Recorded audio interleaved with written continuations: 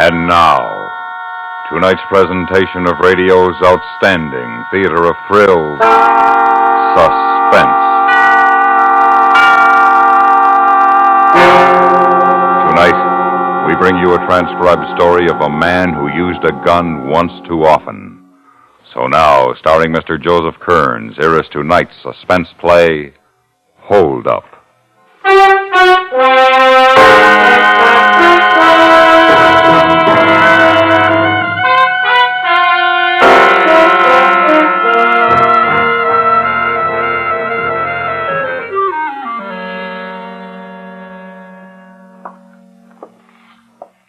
What's the matter, Tim? What are you staring at? Never mind, Hazel. Open the cash register. Quick. Unlock the safety catch on the gun. You hear me? Tim, what's wrong? Never mind. Do what I say.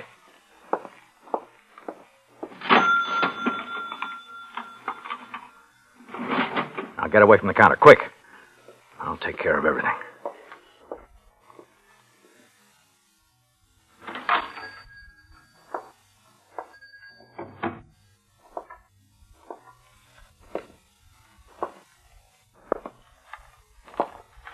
I'd like a pack of cigarettes. Any special brand? Yeah, give me the ones with the green. Okay, stay where you are, you both. This is a holdup. I haven't got much. Just give me what you got, and hurry. That a gun you got in your pocket? Just don't you try and find out, mister. Okay.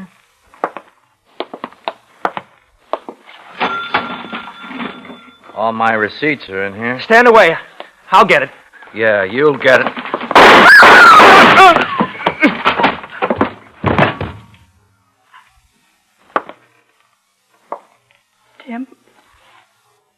Tim, please. Stay away from here.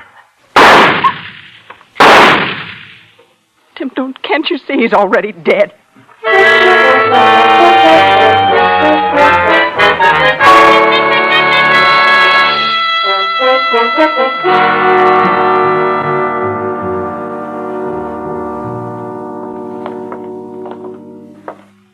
He's over there, officer. What happened here, a shooting match? No.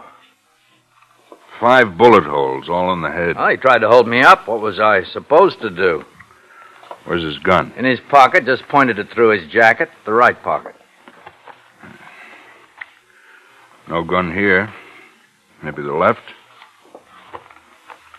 Nope. I know he had something in his right pocket. This?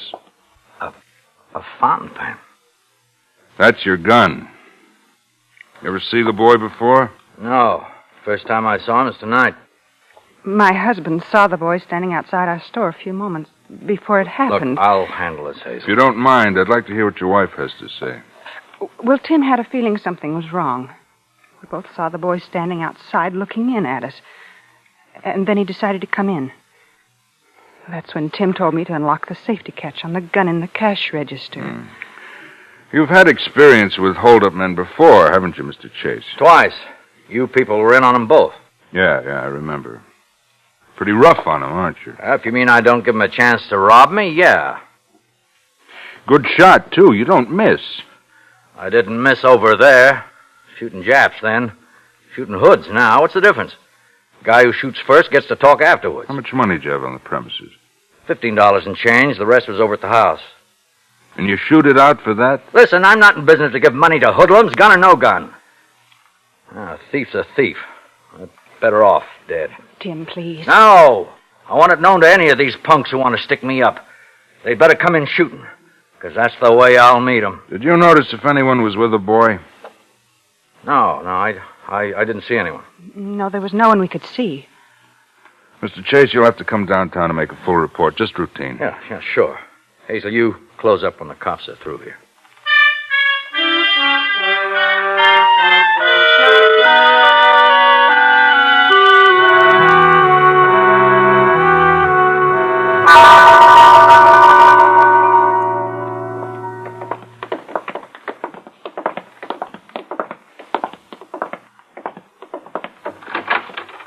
Captain Runyon, this is Mr. Chase. Hold-up shooting on the east side. You wanted to see him? Oh, yeah. Definitely a hold-up attempt, although no gun was found on or near the hold-up man. Check the victim out yet? No, not yet, but it's a kid, 19 or 20. Thanks, Bill. I'll call you in a few minutes. Chase, won't you sit down? Oh, yeah, sure. A cigarette? No, I don't smoke, thanks, anyway. Well, that's all right. Chase, we've met before, haven't we? Yes, sir, about, 8 months ago. Yeah, that was the Hendricks shooting, right? That's right. Hold-up attempt. Well, about 6 or 7 months before that, there was the, let's see. Oh, yes, the Delano killing. Hold-up, too. I remember. In each case, the hold-up man was shot and killed. So that's wrong? No, but I'd say very foolish. Look, they were trying to rob me. I killed them. What was I supposed to do? Just give them the money and wish them luck? Perhaps. What? For every hold-up man you've shot it out with, I can show you in our files a dozen dead heroes. They shot it out, too, but they were killed for their pains. Not me, and I never will be, because I know how to use a gun. And I know those punks, too. They're all yellow when things are equal. I know. I've killed 3 of them. And I'll kill 3 more and 3 more after that. Mr. Chase, listen, what I'm trying to say is this. Our job is to apprehend the bandit. It's not your job. You're not being paid to risk your life or shoot up your neighborhood. If there's any shooting needed, we'll do it. I don't get you, cops. A man shoots a bandit while defending his property, and then you give me a lecture. Let me put it this way.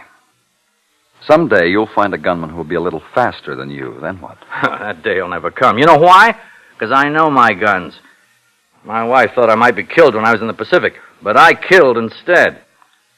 Me and guns have got an understanding. Neither has failed the other yet. You're a very sure man, aren't you, Mr. Chase? Yeah, I try to be. If I'm not mistaken, you've got a boy almost that kid's age, haven't you? So? Oh, I was just thinking out loud. The terrible price the young sometimes have to pay just for a living. Hey, look, Captain, I don't feel sorry. Do you? I didn't know the boy, I couldn't say. Except, like you, I have a boy almost his age, too. But... Captain Runyon.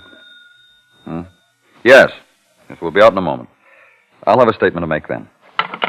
The newsmen want to talk with you. Take some pictures, you mind? Oh, sure, why not? Oh, yes, I forgot. We've been all over the front pages together before. Twice, in fact. It makes you an old hand at meeting the press. Maybe that's why these hoods keep trying to hold me up. It's a game. Yeah, they read about me. They all want to see if they can take me. Well, Mr. Chase, some might say that you should get a medal for shooting these hold-up men. And then, again, if it were me, I'd find me a business where I didn't need a cocked gun to ensure my profits. I manage. Yes, I guess you do. Are you ready? Sure.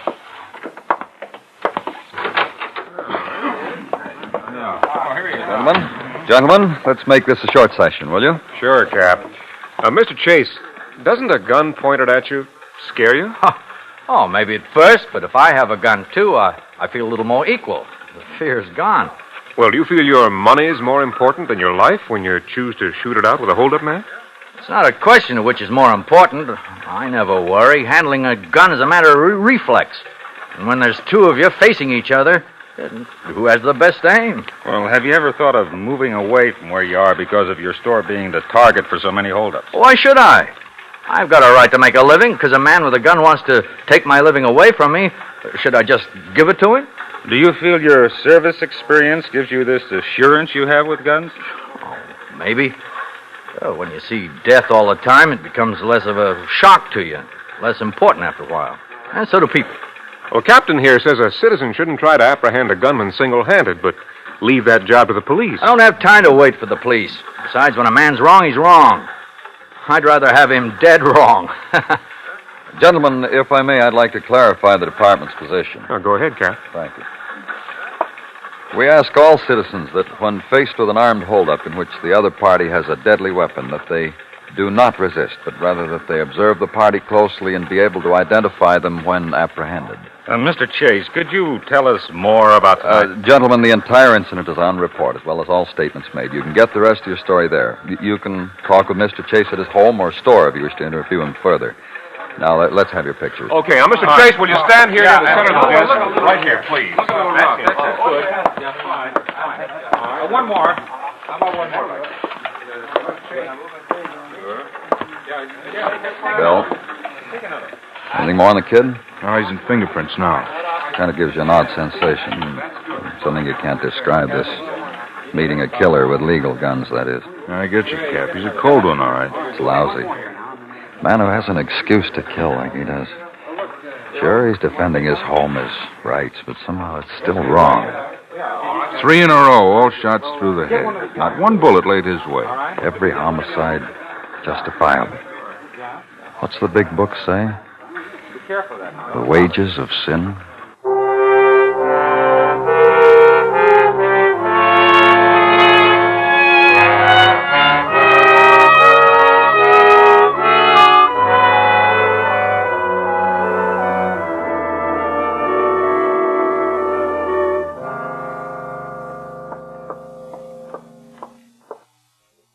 Tim, you've been up all night. Why don't we close today? No. Business as usual. We ought to get a lot of new customers with all this in the papers. I only hope Jerry doesn't read it. You hope Jerry doesn't read about me, my own son? He should be proud. He will be proud. His dad's not afraid. His dad went through a war and he came back. He can still take care of himself. And Jerry will be like me. He'll meet the world face to face. He won't take anything from anybody. I wonder. Well, what's the matter with you? Well, I'm sick of all this. The newspapers, people coming in and congratulating you. For what? Oh, you're just upset, that's all. Tim, this is no good, all of this. Jerry's coming home from his first year at college, and he comes home to murder. Hazel, I don't like that kind of talk. Well, what do you call it? Well, he'd have shot me. All of them would have shot you, is that it? Hey, whose side are you on? Protect ourselves, yes, but you know that none of those people... Hazel, we're in business. I've got to protect that business. That's why I've always got a gun handy. Is it, Tim? Oh, Captain Runyon. Oh, Mr. Chase.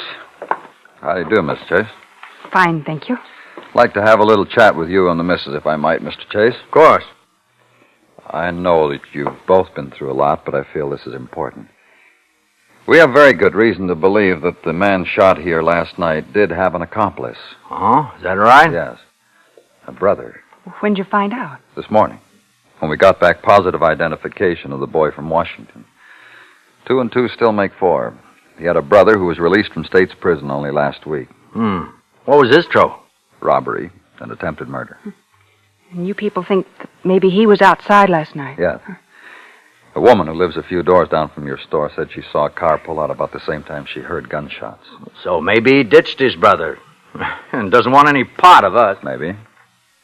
Maybe not. We're not paid to act on assumptions, but to always presume the worst. We're going to place a stakeout near your store for the next few nights. What if I don't want the police around my store? I don't understand. It's bad for business. I can take care of myself. That isn't the object, Mr. Chase. Our job is to catch this fellow, and if you have to be a decoy, we'd like to protect you and your wife as well as catch our man. This guy doesn't want any part of me. You're presuming a lot, Mr. Chase. This man is a killer, too. Though I don't like to say this, he may try to avenge his brother. If I were you, I'd treat every stranger who came into my store for the next few days as the man who might not just want to rob you, but perhaps to kill you.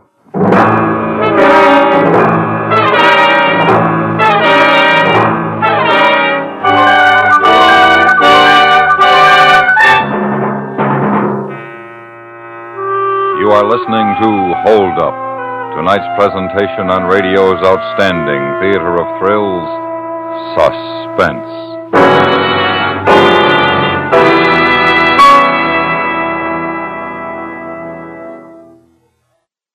A double-barreled dramatic treat is Gunsmoke. Written with style and acted with a flourish, every drama on Gunsmoke is one that adults will enjoy. For the adventures of United States Marshal Matt Dillon are stories about people who might have been real. Every Saturday, every Sunday, hitch your wagon to the Star's address and let us take you back to the early days in Dodge City and set you down right smack in the middle of an exciting situation on Gunsmoke.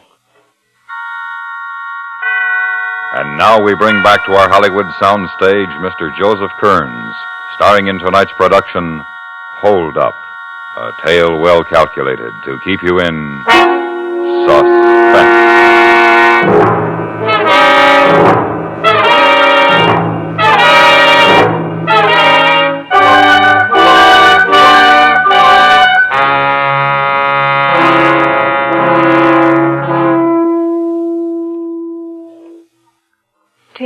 Why don't we close up the store until the police catch this fellow they're looking for? Oh, don't be silly. Cops always look for the worst.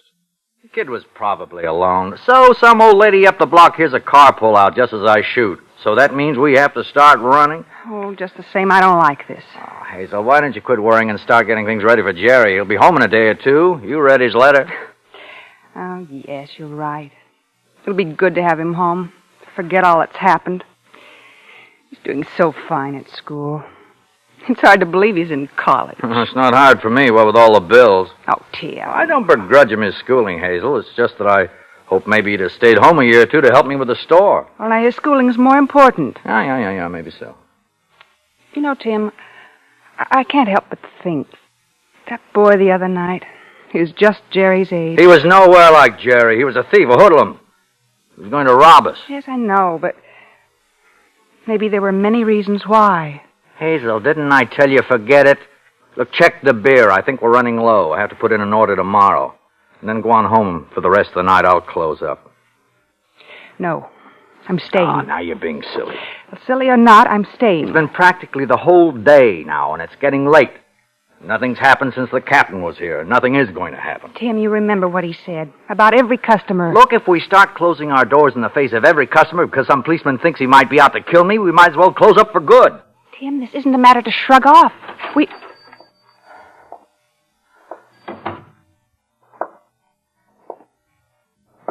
Evening. Can I help you? If you can't find out what you want, just ask. I will. Oh, those are real good apples. Hood River apples. We do have wonderful apples. You know the Hood River apples? Yes, ma'am. Looks like we're going to have a storm. And it's been so nice all week. Hazel, why don't you phone... Do you have any pomegranates? I think so, over in the corner by the vegetable racks. Hazel, I was asking, why didn't you phone the depot to see what trains are doing tonight? Maybe Jerry will be in earlier than we think. Would you mind waiting a minute or two before you get on that telephone? I'd like some help here. Oh, I can help you, sir. Hazel, you go on and make the call. Both of you run this store? Yeah. Then why don't both of you help me? Yeah, of course. I don't know what I want exactly. I just moved into a place near here, and I was thinking of stocking up a food supply. Oh, we'll be glad to help you.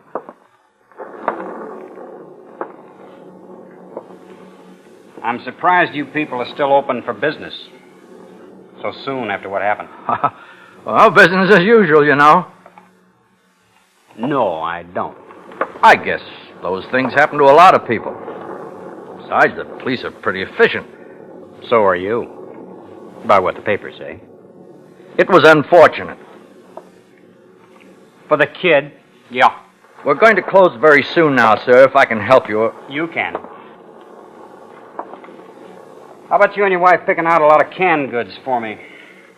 Anything you think a bachelor might need to set up housekeeping.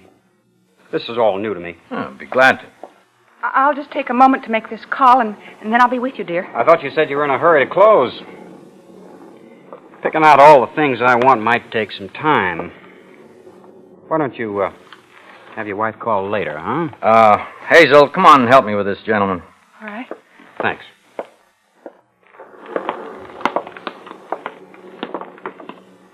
How much is your coffee? And the ground coffee, sir? I don't care. $1.03 a pound. Okay. Now, you pick out, like I say, what a person needs to keep eating a week. Hazel, you better take care of the butter and milk, and I'll handle the canned goods. You folks have got a nice little store here. We like it. Maybe that's why you don't like people sticking you up, I guess, huh? How about beans, corned beef, and some tuna? Sure.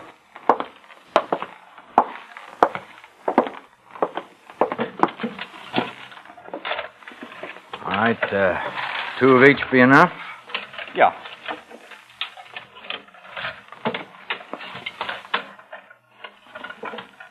Excuse my curiosity, but what did this kid say that held you up the other night?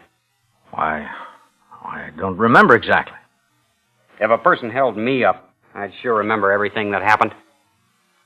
I'd always remember. Did this kid show you his gun? Thought you read about it in the papers. I did. Sometimes I forget details. I never met a man who'd stand up to a man. I mean, a kid. With a gun who was about to hold him up. I do remember the papers saying the only shots fired were yours. Clean through the head. Real clean, too. Will there be anything else, sir? Yeah.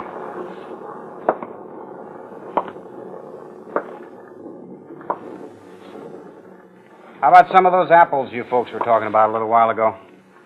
I'll get them, Tim. Okay. You want all your groceries in boxes or shopping bags? Boxes. All right. Have a car to carry all this stuff? Yeah. Down the street a ways. I'll help you. No. I can manage. Well, now, let's see. That comes to, that's 24. 8.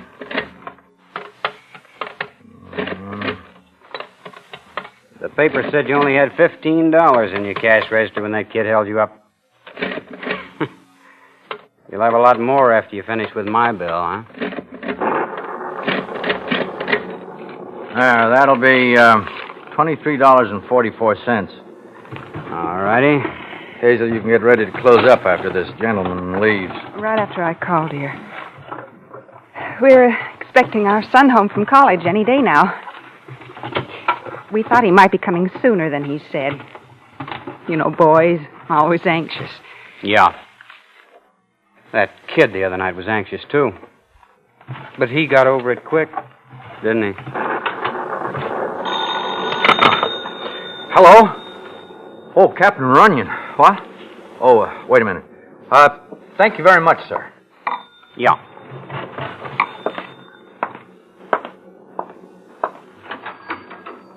Oh, Captain Runyon, you there? I'm sorry for the interruption. I was just finishing up with a customer. Can I help you? Yeah? Yeah? Well, what time? No sooner? Oh, nothing. Okay, thanks, Captain. What do you want, Tim? He just called to say that a team of detectives are being assigned from midnight on. Around our house, too. Tim. Didn't I tell you about not worrying? That man that just left, he worried me. Yeah, he was a queer one, all right, but like I said, we just can't be jumping every time a customer comes in the door. Besides, tomorrow we'll all feel less jumpy. Well, I'll call the depot now. No, never mind. Now, Jerry won't be coming home with a storm coming up. Come on, let's close up. Tim? There's a car pulled up on the other side of the street. They turned their lights out. So what? Probably someone who lives around here. Why would they stop outside the store? Oh, now you're They're just sitting in the car. They aren't going to get out. Well, would you in all this rain? They just keep looking over here. Huh? What do you mean, they? It's only one person. I don't like it, Tim. It doesn't look right. Hey, quit your worrying, will you? I wish we wouldn't have been so independent when the captain offered us protection. No one's going to bother us. I still haven't forgotten how to shoot. Tim, I'll call the police. Tim, come out. Now, don't be silly. Tim, he's getting out of the car. He's crossing the street. He's coming here. All right, Hazel, turn out the lights. Now, you throw the latch on the door. We're closed, that's all. I'll get the gun out of the register. Tim, he's coming to the door. Let me call the police, please. No. I'll handle this. Hey, open up. Come on, open up. Tim, don't, please. Shut up. Stay there. Tim, no.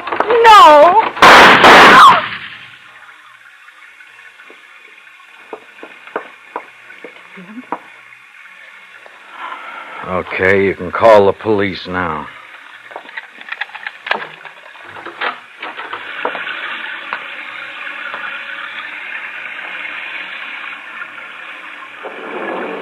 dead?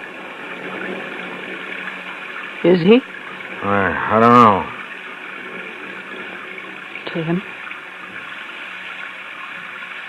Tim, turn him over. Why? Turn him over. I want to see his face.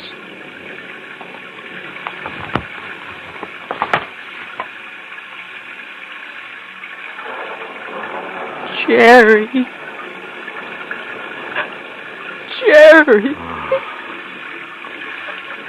Oh, he must have got that car he was telling us about. I didn't know. I didn't expect him tonight. I didn't know.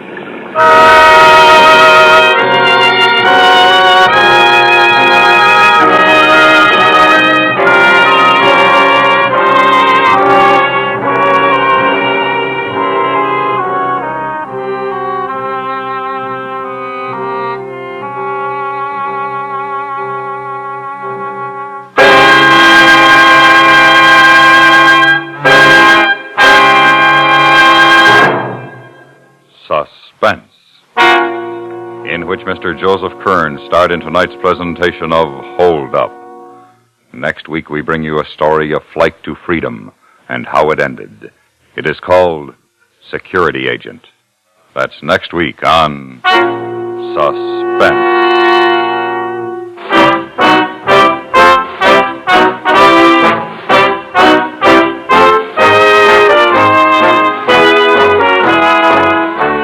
Suspense is transcribed and directed in Hollywood by Anthony Ellis. Tonight's script was written for Suspense by Jules Maitland. The music was composed and conducted by Wilbur Hatch. Featured in the cast were Alice Backus, Leonard Weinrib, Shepard Menken, Larry Thor, Byron Kane, Frank Gerstle, and Sam Edwards. The foot soldier in the fight for justice anywhere is the man on the beat. But in a big city, a policeman has many other responsibilities in addition to the big one of maintaining law and order. For no matter what the situation, the man in blue is likely to be the first one called when help is needed. Is a neighbor too noisy, a customer abusive, a woman ill, or a little boy lost? No matter what the reason, someone is sure to call the police. And in each call the men of the precinct answer, there is sure to be an intensely human story. For drama as rich in emotion as it is in excitement and action, listen for 21st Precinct every Thursday night. Don't miss it tomorrow over most of these same stations. Stay tuned for 5 minutes of CBS News to be followed over most of these same stations by My Son Jeep.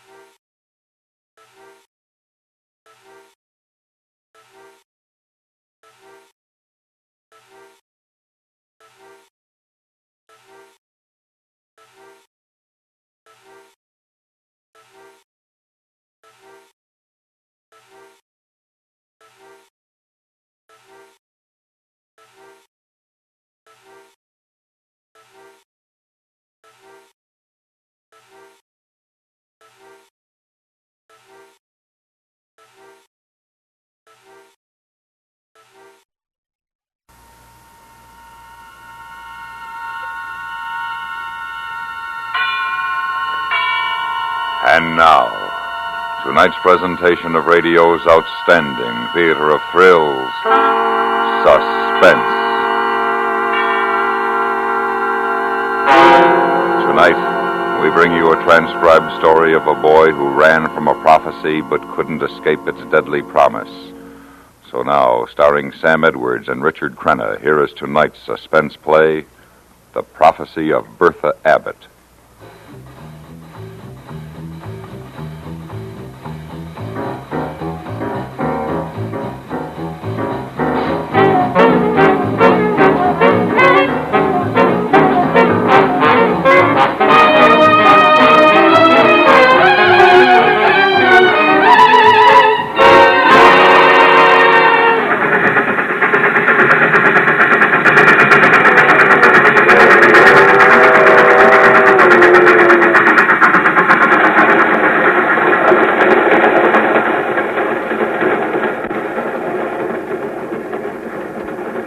The train moved on into the night. It was dark in the boxcar, and Ernie was scared. He didn't want to think about where he was going or why he was there. He tried to fill his mind with plans for the jazzy sports car he intended to have one day, but somehow he didn't find the comfort in this that he usually did. The image of the car blurred and became distorted. So he just sat, huddled behind a crate in the corner. He listened to the sound of the wheels on the rails and realized that he was awfully hungry. Whitey, you still asleep? Nah, You're so quiet. I've been thinking About what? about how hungry I am. Gee, me too. You got any dough?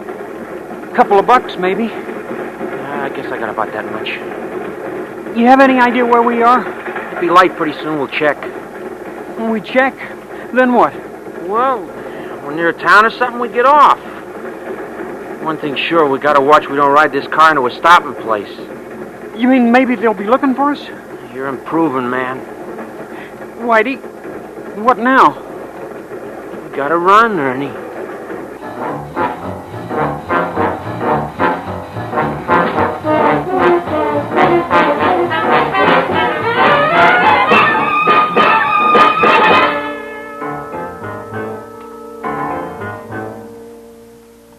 He remembered she had lived alone in a little house at the end of the block. Her hair was gray and stringy, and she had a long, thin face with a beaked nose. Her name was Bertha Abbott, and she was generally regarded as a somewhat peculiar but harmless old woman. However, it was whispered among the children of the neighborhood that she was a witch, a real witch, and no child ever passed her fenced yard without a quickening step and a strange tingle of fear. Except in early summer, when the luscious golden peaches hung heavy on the tree just inside the fence. Then, fear momentarily forgotten, the children were apt to slow down and pause and contemplate the fruit, tempting, tantalizing, and beckoning. Oh, Ernie, it'd be easy. You're scared. Oh, who wouldn't be? Old Lady Abbott might catch us. No, she wouldn't. She might? What then? She's a witch, a real witch. Gee, we could climb that old fence easy as anything. Oh, Whitey, let's go home. Oh, Ernie, look at them peaches. Yeah. Tonight, huh? When it's dark, nobody see us. I don't want to. You wouldn't even have to climb the tree. Just stay inside and watch. Ernie, look at them peaches.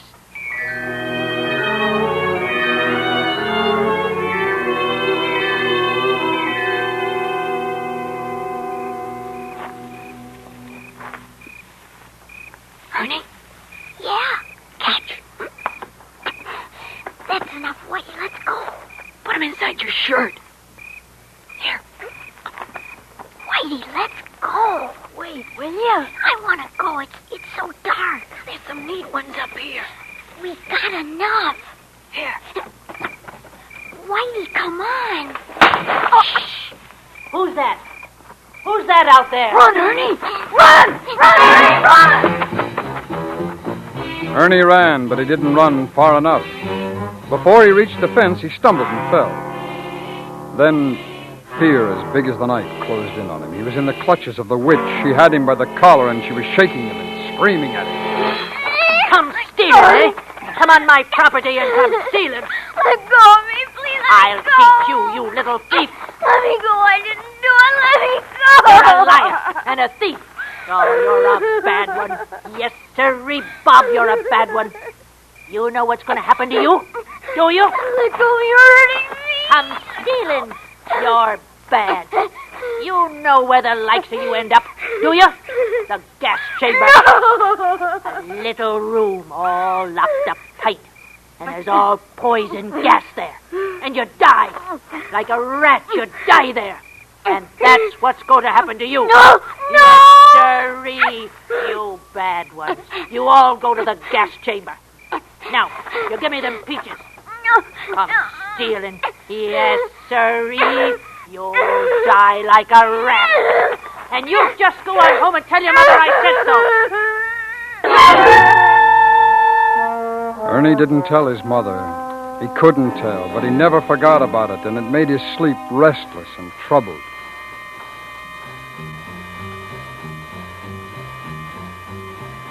And the days and the years passed.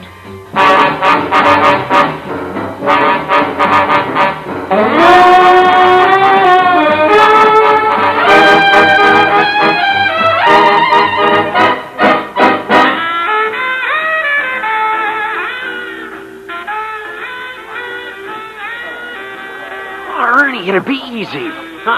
Don't be a square all your life. Cut it out, Whitey. Suppose we got caught. We won't get caught. I got it all figured out. The brain. That's right. You've reached the second plateau. Look, Ernie, have you ever figured how much Goofy takes in on a weekend on this joint? Maybe $500-600. That much? Sure. You know where he keeps it until he can get to the bank on Monday? In a shoebox, right there in that back room. How do you know so much? Never mind. You just stick with old Dad. I also know there's a window in that room that opens to the alley. Well, there you have it. I don't want it. Ernie, think of all that dough. Yeah. Ernie, that neat car we saw down the Schweiger's lot. That one just needs a little fixing up. Yeah. Did you mention it to your old man? Yeah. Oh, what'd he say? Nothing. Just like he didn't hear me. Just like always. Like I never said anything. Like I wasn't even there. You should have heard my old man take off when I mentioned it. Like how? Same old jive, like I'm a no-good bum, and if I'm such a big shot, I gotta have a car. Why don't I pay some rent? You know. Gee, that car, just a little fixing up. Sure. Well, tonight? I don't want to. You won't even have to climb inside. Just stay outside and watch. Ernie, think of all that dough.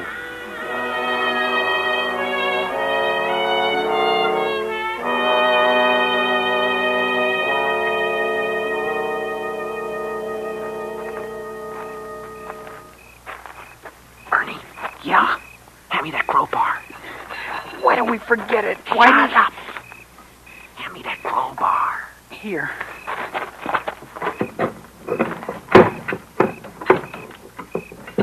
Whitey? What? It's so loud. Oh, shut up. On your loud mouth. Whitey, let's go. Let's forget it. Oh, you're a cube for sure, man. Not when I'm this close. Okay. Here, the crowbar. Catch. No. I'm sorry, Whitey. Dummy up. It's okay. I'm going in.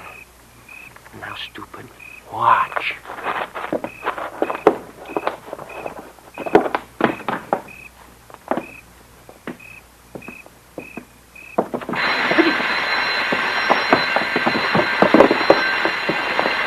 Something goofy. Come on, Ernie.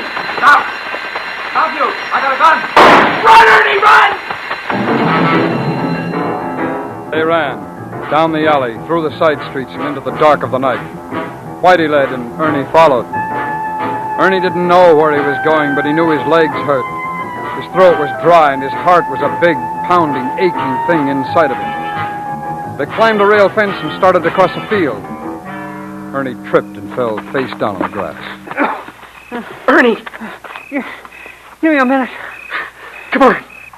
Just give me a minute.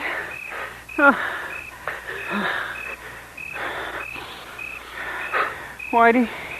What? Don't Clover smell good? We gotta run, man. You shot him. You shot old Goofy. I had to. No, you didn't. I didn't mean to shoot him. You didn't tell me he had a gun. Where'd you get the gun? Well, let's go. Oh, where are we going? Just follow me. No, really, Whitey. Where are we going? We'll cut across this field and swing around the back way to the freight yard. And then what? And we hop a freight, stupid. We gotta get out of town. I wish we didn't. I wish you hadn't shot Goofy. I wish Come on, Ernie. We gotta run.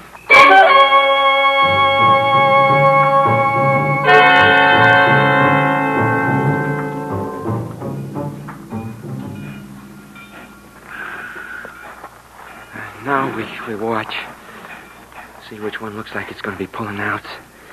I remember when I was a little kid, I'd come down here to this railroad yard, and always I'd get kind of sad.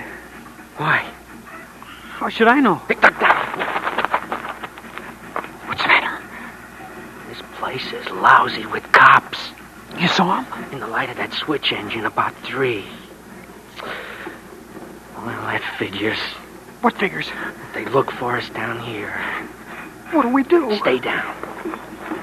Crawl along the ground to that loading platform. We'll hide under that. Whitey, shut up. If that switch engine with the beam turns this way, lie flat and don't move. Whitey, do you suppose they know it's us they're looking for? Well, maybe. What do you mean, maybe? I think Goofy recognized us. Maybe told him. You mean maybe he didn't die? Yeah. Maybe he didn't. Lie still. Now when that engine turns back, move fast. Head for that platform. I hope he didn't die.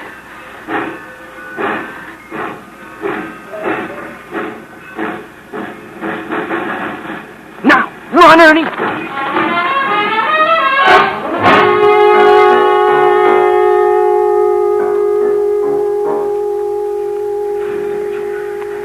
It's dark. How long do we have to stay under here?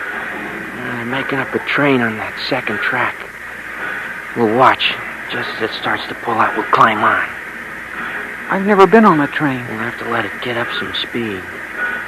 I used to think a lot about how I'd like to take a ride on a train. Now, when I tell you, you just follow me. It's the craziest thing. I think about going for a ride on a train. I got a real bang out of thinking about it.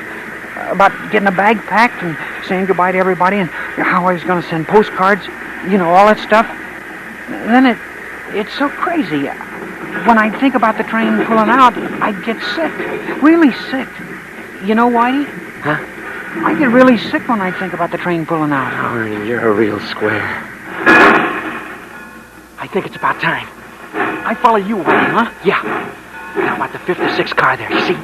Look, never mind, just follow me. But you gotta move fast.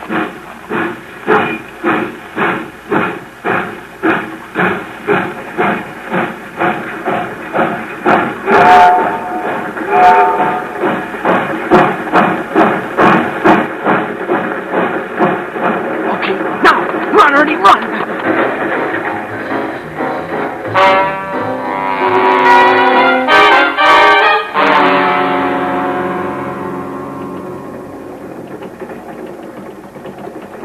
My mom, she's going to be worried when I don't come home. My mom, too. My old man. Oh, he's really going to flip. I hope he's satisfied. What do you mean? Well, like he's always telling me I'm no good, like I'm going to get in trouble. I guess I got it made. Yeah. Whitey, listen. Huh? The wheels. What about the wheels? The sound they make. Like they're talking. Oh, come on, man. Let's not get spooky.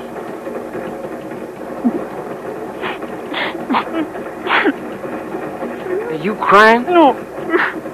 You are, too. Knock it off.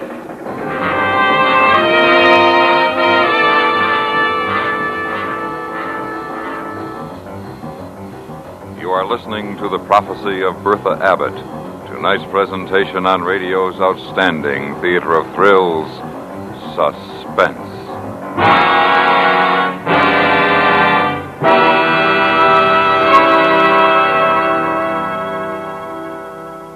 Smoke signals were an ingenious means of communication back in the days when America was young.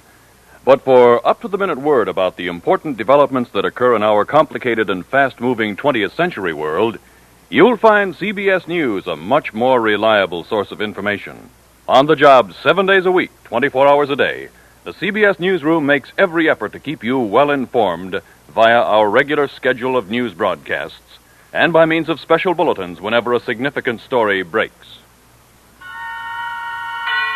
And now we bring back to our Hollywood soundstage Richard Crenna and Sam Edwards, starring in tonight's production, The Prophecy of Bertha Abbott, a tale well calculated to keep you in suspense.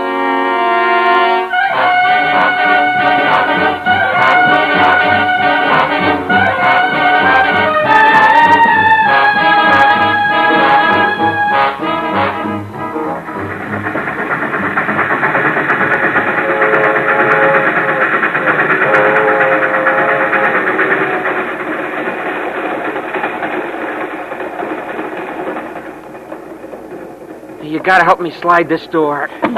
Yeah. Watch it now, the window gets you. Hang on. James! Now pick a spot and jump. While it's going fast like this, It slowed down some. You gotta do it, Ernie. you go first. I go first, you might chicken out. No, I won't. I promise. Okay, it's your funeral if you do. Now pick a spot with grass like that. Like this. Jump!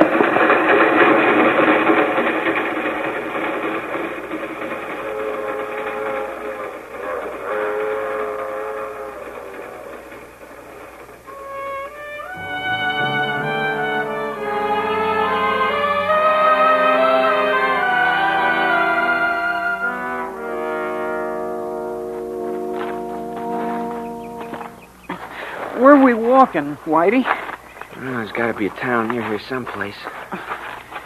Seems like we've been going forever. There'll be a town pretty soon. Get something to eat. Can't you make any better time than that? It's my ankle. I heard it when I jumped off of that train. Do you suppose... Well, figure it this way. Maybe it won't be so bad. Do you suppose we ought to forget it and we'll just go back? Are you crazy, man? No, really, Whitey. Maybe it won't be so bad. Ernie, I don't dare go back. My old man. You know how he is. Yeah, that's right. My old man. You know what he's probably doing? What? Crying. Crying?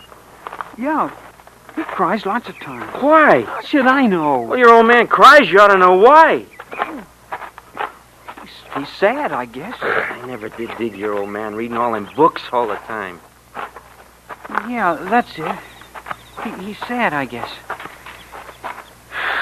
Oh, gee, it's hot. It's hot. It's cold. All the time beefing. Well, it is hot, and I'm thirsty. There's going to be a town pretty soon. Seems like we've been going forever.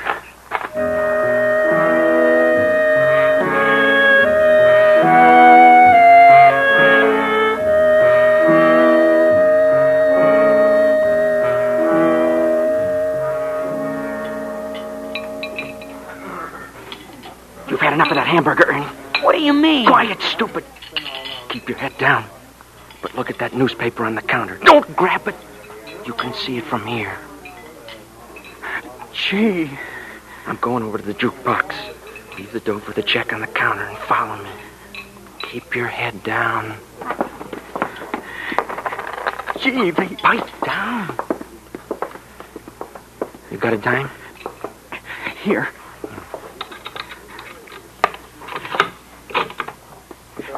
Gee, they got our pictures and everything. Yeah. Keep your back turned like you're looking for a record.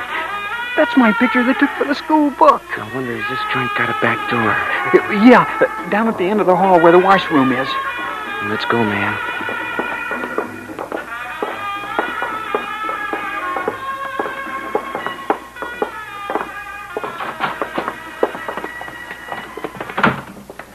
Take it easy now till we get around this corner.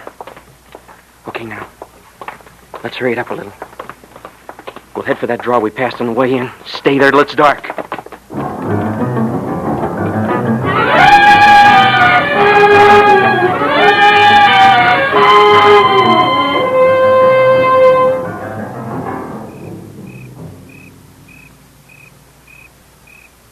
It's almost dark. What now, Whitey? You know something, Ernie? You get out of this country, you go someplace maybe like South America. You got a little dough, you can live like a king. You know that, Whitey? Oh, that's no jive, man. You got a few bucks, that's all you need. Yeah, I've been thinking about it. Yeah? Yeah, I've been sitting here thinking about it, about how we go to South America. See, and we fall into something real good, like we discover uranium or something. We make a pile.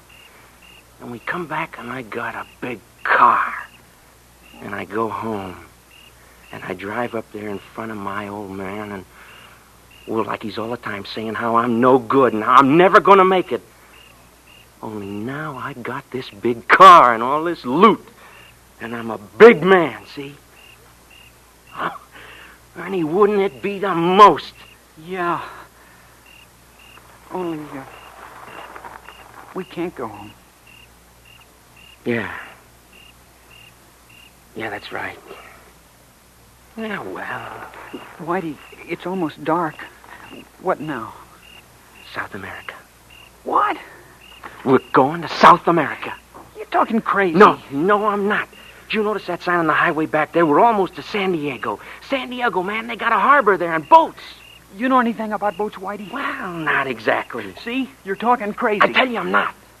First, we gotta pick up a car. You know how to pick up a car, Whitey? It'll be easy.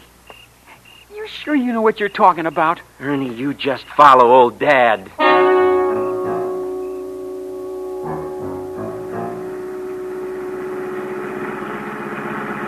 Gee, this is a neat car. Yeah, we gotta dump it pretty soon. It's too conspicuous. Oh, man, she really is a gasser. Look at her cut out. Wow! You know, that neat car we saw in Schweiger's lot? Yeah?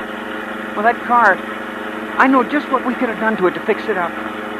It wouldn't have taken a lot, just a little work. Yeah, that was a good car.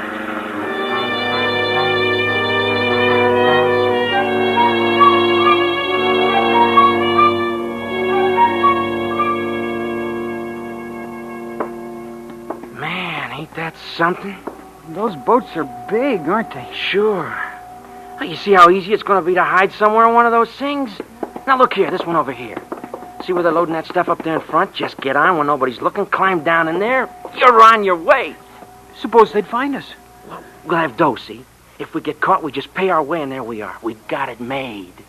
Whitey, where are we going to get this dough? Well,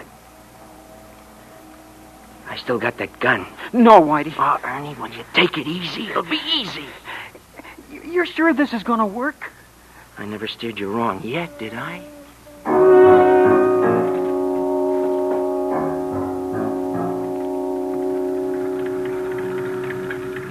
Now, this job will be a breeze.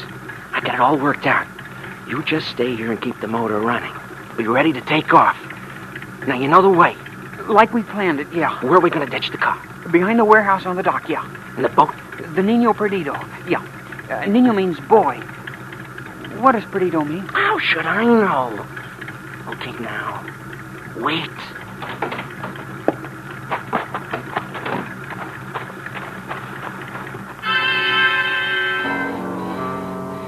And Ernie waited. He didn't want to think about why he was there or where he was going, so he tried to fill his mind with other things. Then he remembered that Perdido meant lost.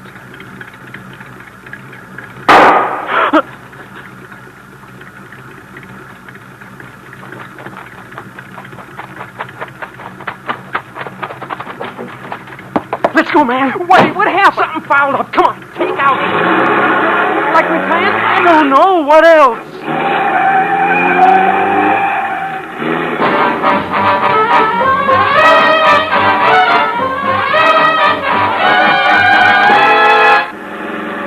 Well, there they are. After us? You know it. Faster, Ernie.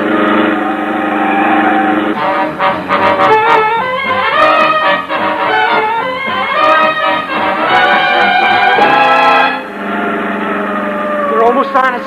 We're near the dock. Did we ditch the car like we planned? I don't know. You gotta tell me, Whitey. I guess so, Ernie.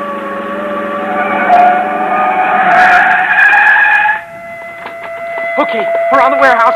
Run, Ernie.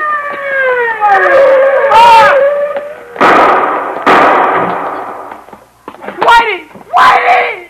Run, Ernie! Run! So Ernie ran, around the warehouse and onto the dock, and fear as big as the night was on him. For now he was running alone.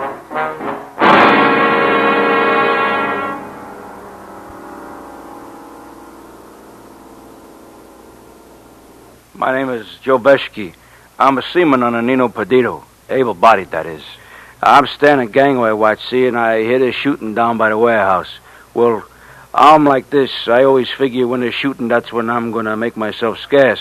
So I ducks down behind this winch, and I see this kid come running down the dock. He's running real crazy, zigzagging all over the place like he lost his rudder. Then he heads this way, and before I can stop him, he's aboard. Well, now, like I say, I wasn't at my station, but anybody could have seen them signs all over the place. There's quarantine, danger, keep off. You see, we was due to sail, but we discovered rats, and we had to fumigate. Anyway, before I knew what he was up to, he had to cover off that small forward hold, and he was down there. Psh, boy, there's enough hydrocyanic acid down there to kill 10 men. It's awful to think about. That kid closed up in there. Died like a rat.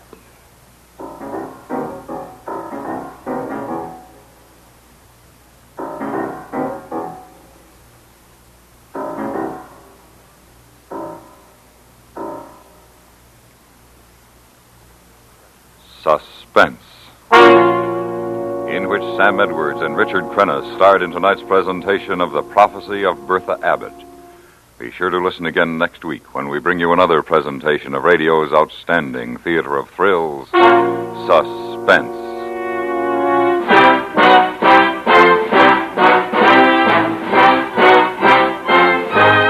Suspense is directed and transcribed in Hollywood by Anthony Ellis. You've heard The Prophecy of Bertha Abbott, written by Ann Dowd for Suspense. The music was composed and conducted by Jerry Goldsmith. Featured in the cast were Stacey Harris, Paula Winslow, George Walsh, Bill James, Jack Crucian, Richard Beals, and Peggy Weber. If a prowler entered your home, you'd track him down, wouldn't you? Then why not seek out and eliminate possible sources of accidents in your home? Make frequent checks to see that stairways are uncluttered. Make sure that throw rugs are securely anchored to the floor. Keep matches, medicines, and any poisonous household materials well out of the reach of children. See that lamp cords and switches are kept in good repair. Make everyone in your family a private eye for home safety.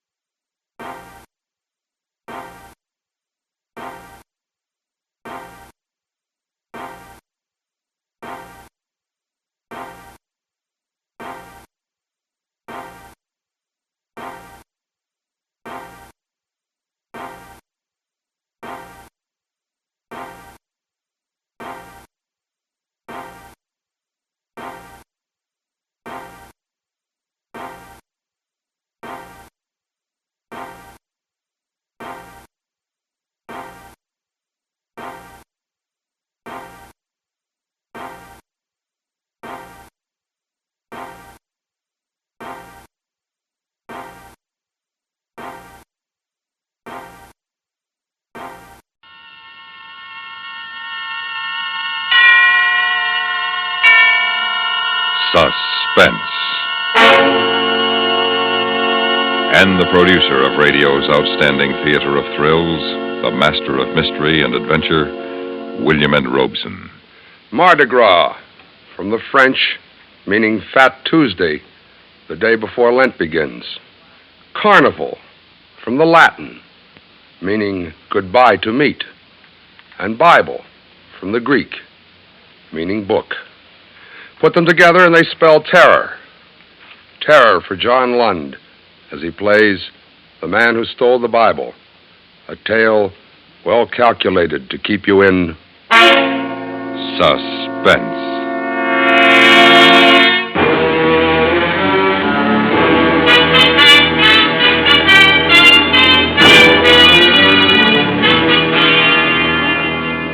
I didn't mean to steal the Bible. That wasn't my intention. Why, I've never taken as much as a towel or an ashtray out of a hotel room. And if I'd known the night of terror it would lead me into, I'd never have taken it at all.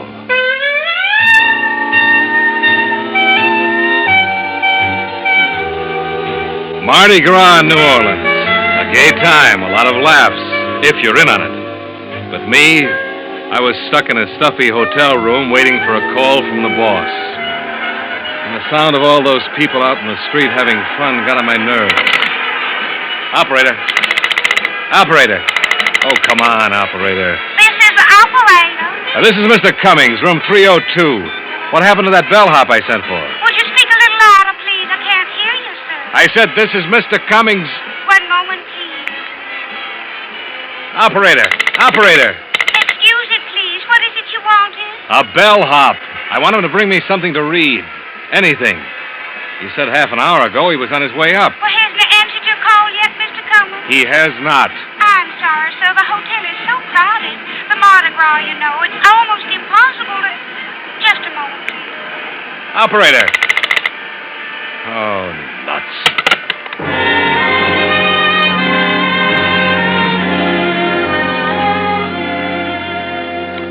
I paced back and forth, wishing the boss would call me so I could get out of that room. I didn't dare leave, even to go down and get a paper.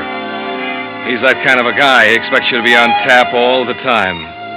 There was no radio in the room and nothing to read. I went through all the drawers, hoping somebody had left behind a magazine or seed catalog, anything.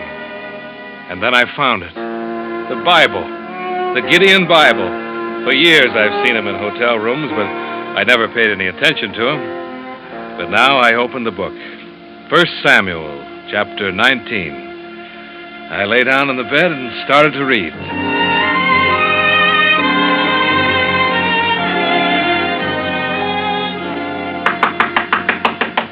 The knock surprised me. I'd forgotten about the bellhop. I got up to go to the door, and I realized that I had the Bible in my hand.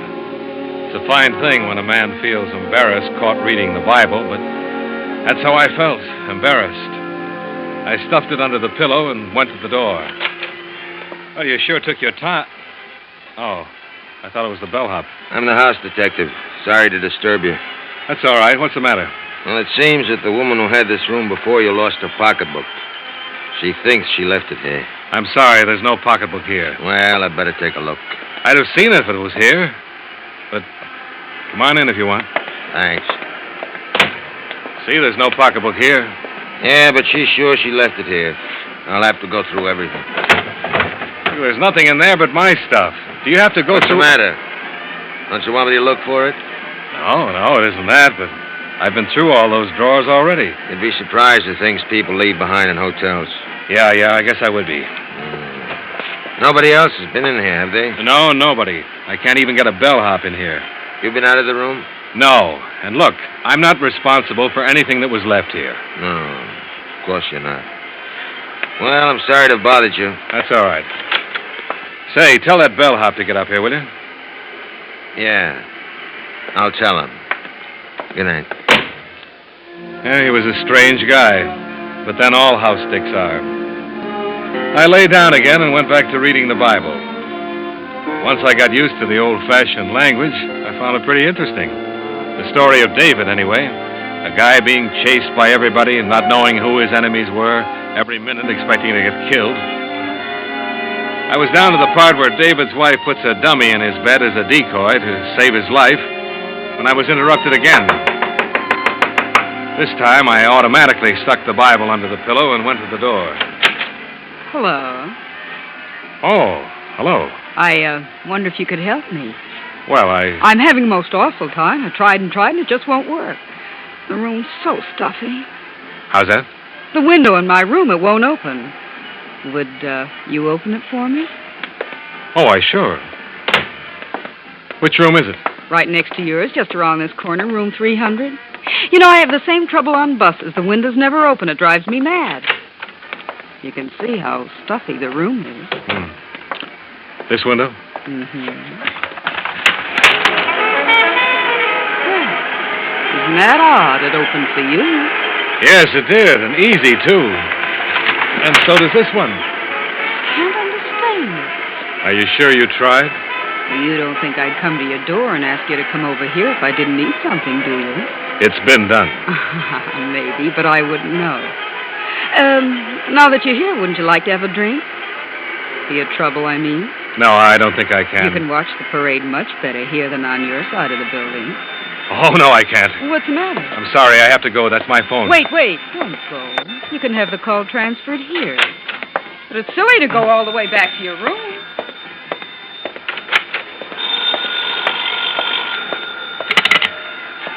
Hello, Cummings here. Oh, yes, sir. I've been waiting for your call. Now, listen, I covered the whole territory down here, and things look pretty healthy. You see, the main difficulty has been... I stared at my briefcase. I'd left it on the dresser. Now it was on the bed, and everything had been pulled out of it. The closet door was ajar, and the drawers in the bureau were open. My Gladstone apparently hadn't been touched, but everything else had. I heard the boss talking trends and business conditions, but my mind was on a girl who wanted a window open, a window that wasn't stuck, while somebody searched my room. Calmly, I finished my conversation and hung up. There was no reason now for me to stay in the room. I gathered up my stuff, and I took the Bible from under the pillow. Funny, I'd gotten interested in it. I wanted to go on reading it, so I stuck it in my top coat and walked out of the room. On my way to the elevator, I got a sudden impulse. I stopped in front of room 300 and knocked. Who are you looking for, mister? Oh, where's the lady? Nobody in there now. Lady just checked out. Well, that's impossible. I was just here. I don't know anything about that, but she checked out a couple of minutes ago. See? Gotta clean it up after right now. I'm gonna be glad when this Mardi Gras over. Everybody go crazy. Hotel go crazy. People check in, check out. Steal everything that ain't tied down. Steal? I said steal. Ashtrays, bath towels, soap. I wouldn't be surprised they'd take the beds next. The Bible in my pocket suddenly felt like a pound of uranium. I wondered if the cleaning woman could read the guilt on my face, but she put her wastebasket down in the hall and went back in to clean the room. For a second, I considered taking the Bible back to room 302. And maybe I would have, if it hadn't been for the discarded book jacket in the wastebasket. It was gaudy, red and yellow. I grabbed it up, put it around the Bible. The title read, "You Will Die Tonight."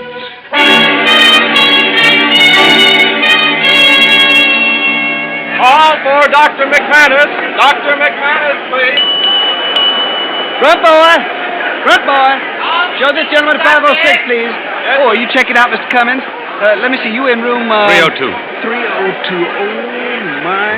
What's the matter? I've had so much trouble over that room. I was supposed to hold it for a lady, but you can't keep rooms vacant during Mardi Gras. I gave her the room next to yours, but she kicked like crazy to the manager. Next to me? Yes, room number 300. She just checked out a few minutes ago. I don't know what this is all about, but there's something peculiar going on in room 302. Peculiar? I didn't mind the house detective coming in to look for the purse, but I didn't like having my stuff searched while I was out of the room. Searched? Yeah, I said searched. Now, you say the house detective did this? He said the woman who had the room before me left her purse. Oh, and but that that's impossible. What do you mean? A man had the room ahead of you. Oh, yeah, I'm positive of it. Just a minute, I got the register right here. A man, Mr. Gregory. Now, the house detective isn't on duty today, but when he comes in Not tomorrow... on duty? Well, then what was he doing in my room? Today? Of course today, tonight. A tall guy with black hair. Some mistake, Mr. Cummings. Our house detective, Mr. St. Clair, is short and bald. And he hasn't been in the hotel all day. He's homesick. Well, it had all the makings of an interesting little intrigue. But I left the mystery of room 302 with the room clerk and went to the cigar stand. It was 8 o'clock. My train wouldn't leave until midnight. Yes, sir. What'll it be? Cigarettes or cigars? Cigars. 3 Coronas. Make it 6. Yeah, always like to sell cigars. Men don't smoke cigars like they used to. Cigarettes, that's the fashion today. They give me a good cigar every time. Somebody's having a good time. Ooh, they all have a good time during the carnival. Say, I wonder where I could check my bag and briefcase for a little while. Want to see the parade? Yeah, I thought I would. Mill around a little bit. I got a couple hours to kill. Well, I'd be glad to keep it for you. I'm on duty till midnight. Oh, would you? Say, that's mighty nice of you. Don't mind at all. Mardi Gras is something to see. You shouldn't miss it. But you'll have more fun if you rent a costume. Hotels got them for rent, you know. No, thanks. I'll go as I am. He stuck my stuff under his counter, and I elbowed my way across the crowded lobby to the street door. Through the glass, my eyes met the eyes of another man, the tall man with black hair, the man who had said he was the house detective. I swung the hotel door open. I had a few questions I wanted to ask that boy, but he was swallowed up in the crowd. And then a big hand clapped me on the shoulder, and a voice boomed in my ear. There you are, sinner! I whirled around and looked into the mask of a laughing, red-faced devil. Don't try to evade me, sinner. I've come to collect you with my nice, shiny pitchfork. And when the devil comes for you, your time is up. All I could see in the mask was a pair of eyes. They were green eyes, and they were laughing. And the devil threw his arm around my shoulder and urged me along the street. I balked a little. I hadn't had anything to drink. The whole thing seemed kind of silly, but before I knew what happened, a clown grabbed my other arm. Let's take the sinner to the fiery furnace. And the two of them, the devil and the clown, were propelling me down the street toward a parked car. Come along, sinner. Hey, now, wait a minute. The sinners are nocturne. Push him in, clown. Get in, sinner! Hey, you guys. Hey, let me out of here. Look, where are you going? All right, let's have it. What? The Bible.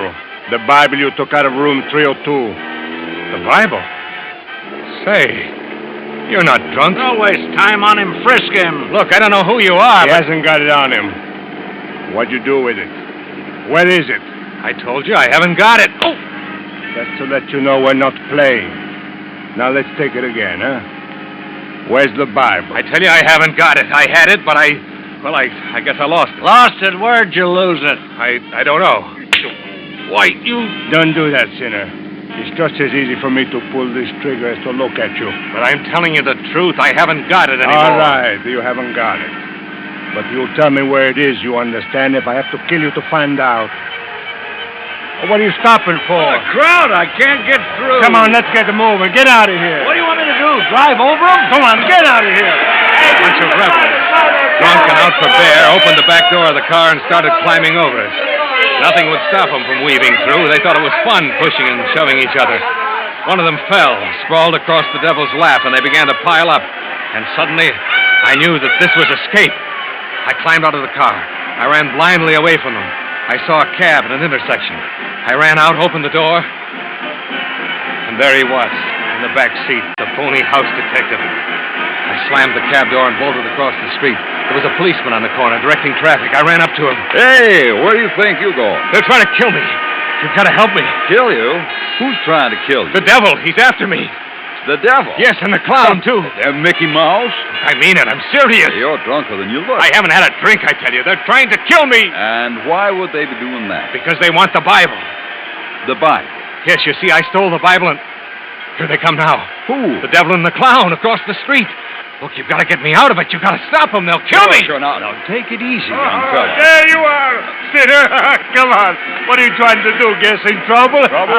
Sure, he's going to miss the party. It's all a trick. Don't listen to him. This young fella claims you're trying to kill him. Me? Oh, not me. But if he doesn't get to the party pretty soon, his wife is going to kill him. I haven't got a wife. There isn't any party. They're lying, I tell you. Now, be good, boys. Move on. I got to keep this traffic moving. All right, come on. You heard what the policeman said. Come on. officer, please. Come on, Senator. Let go of me. Officer. Beat it now. Go on with it. I demand to be arrested. Go on, I demand said, it. now. Go on. Oh, officer, you're a fool. I'm a what? If it weren't for Mardi Gras, I'd run you in. And you won't arrest me, huh? Okay. But remember, I didn't want to do this. Dirty Yankee trick. Striking an officer. All right, young fellow, that does it. You're under arrest.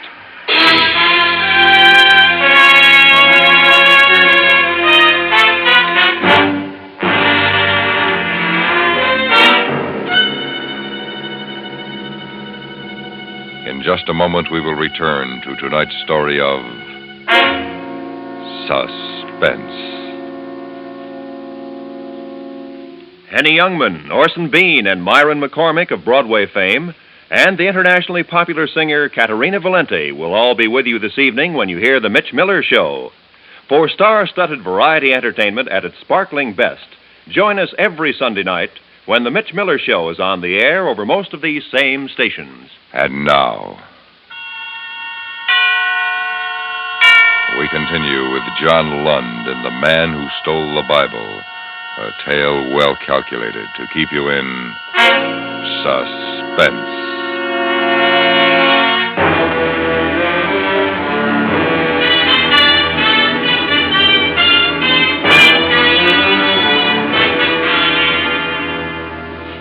I sat in the drunk tank in the New Orleans jail and tried to figure it out. Who were the devil and the clown and the phony house detective? Why was the Bible so important that they would even kill me to get it? My bags were back at the cigar counter in the hotel. My train was scheduled to leave at midnight. But how was I going to get out of New Orleans? Already it was 10 o'clock, and as long as I stayed in jail, I'd be safe. But that didn't last long. I hadn't been there a half hour when a cop came for me and took me to the desk sergeant. Here's your personal belongings, Cummins. You're released. You can go. But try to behave yourself. We're pretty busy tonight. Released? You know, you're a lucky guy. Culpepper decided not to press charges against you. You know what you could get for striking an officer. But aren't you going to hold me? Your fine's been paid. Now go and get out of here. And keep out of trouble, will you? But I am in trouble. That's what I tried to tell the cop, but he wouldn't listen to me. I had to hit him. My fine.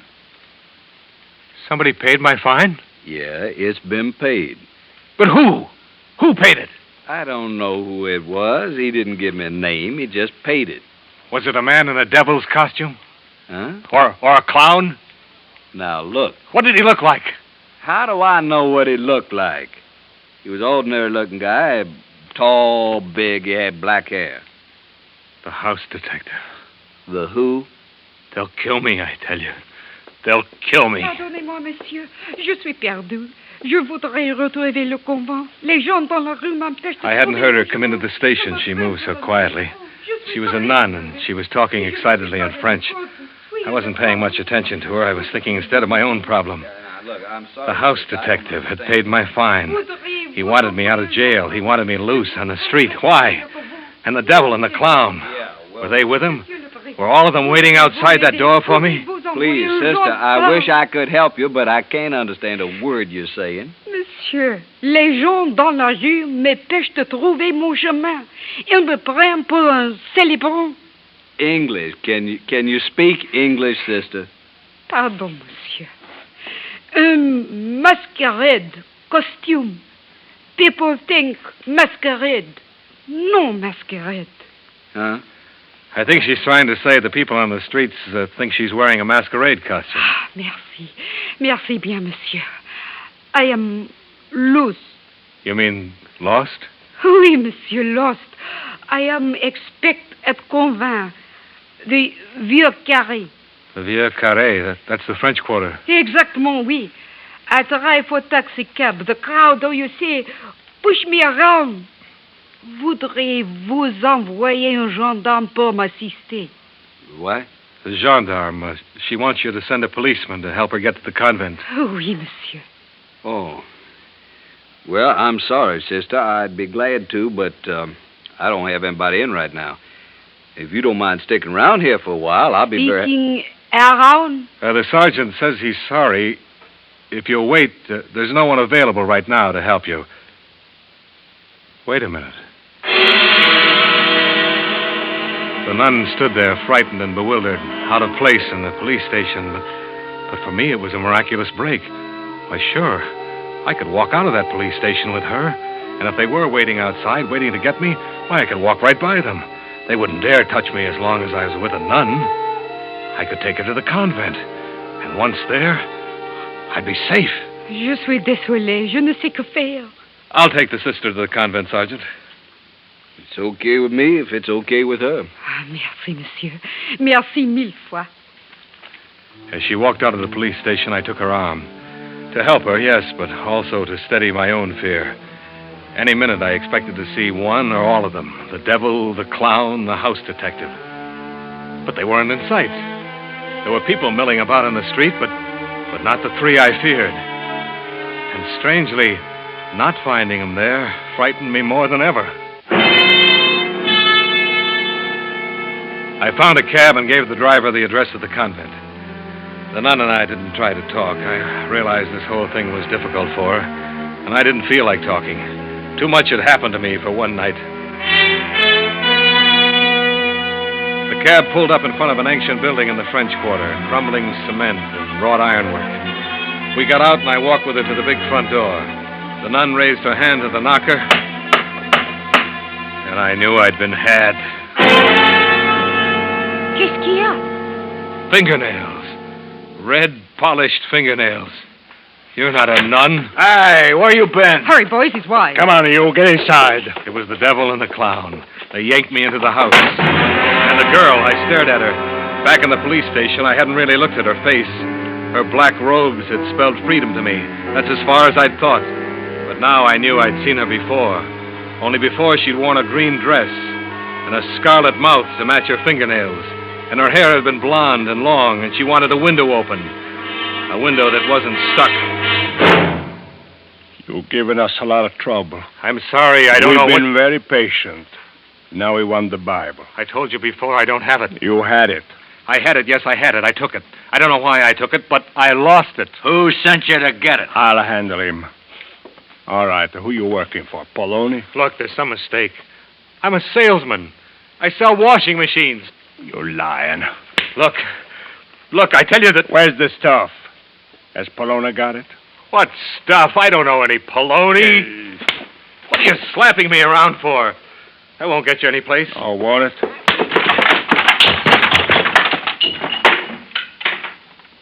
Let me talk to him. Look, if you're covering up for Poloni... Who's Poloni? I don't know any Poloni. Poloni wouldn't take a beating for you. But I tell you, I don't know... Whatever he's paying you, we'll pay you more. We'll pay him nothing.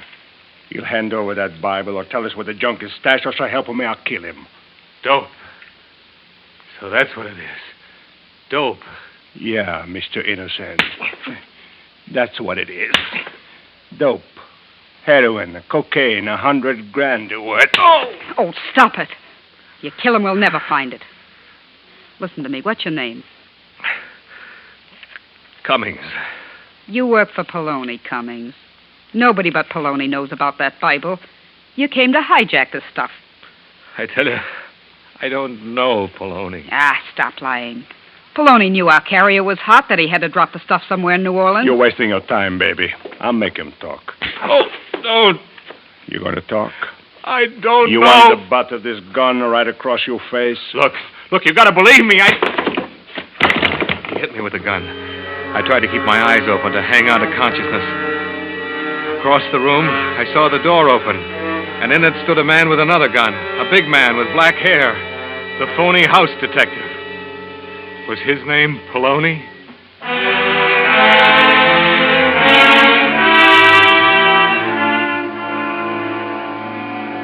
I didn't know how long I was out. When I came to, I was lying on a bed. My head was throbbing. My cheeks, my nose, every bone in my face seemed on fire. There was a cold cloth on my eyes. I tried to think. Why did I hurt so? Oh, yes. The Bible. They wanted the Bible. But I didn't have it. And it was a good thing, too. If I had it, they'd kill me. Then and I smelled something. A strong cigar. It burned the inside of my nose. I rolled over to get away from it and opened my eyes. The devil and the clown were gone, and so was the girl. I was alone with the phony house detective.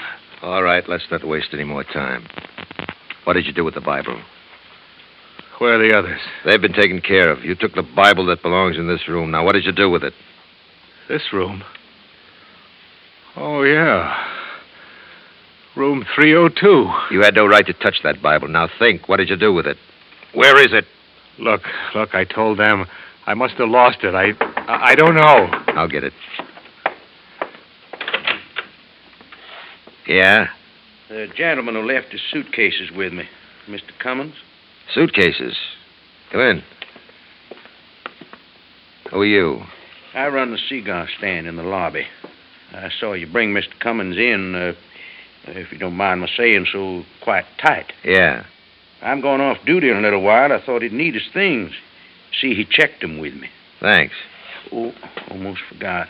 Here's his book, too. Oh, no, don't leave the book. But you forgot it on the counter. I don't want the book.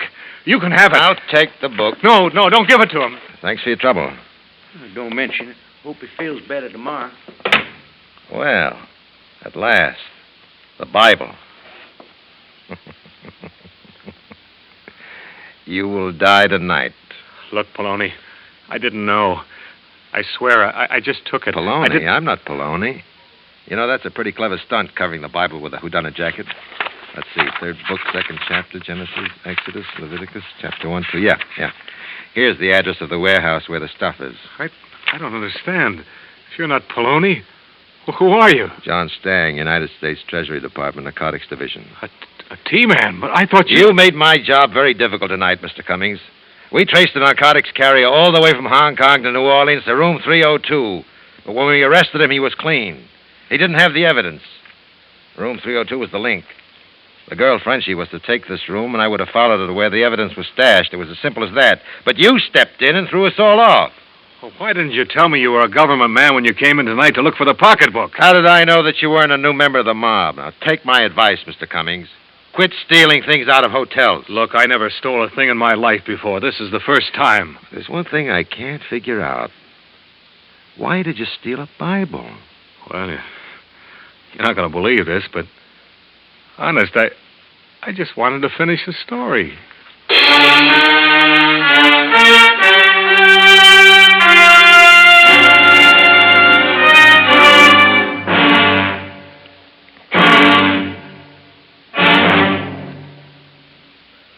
Suspense,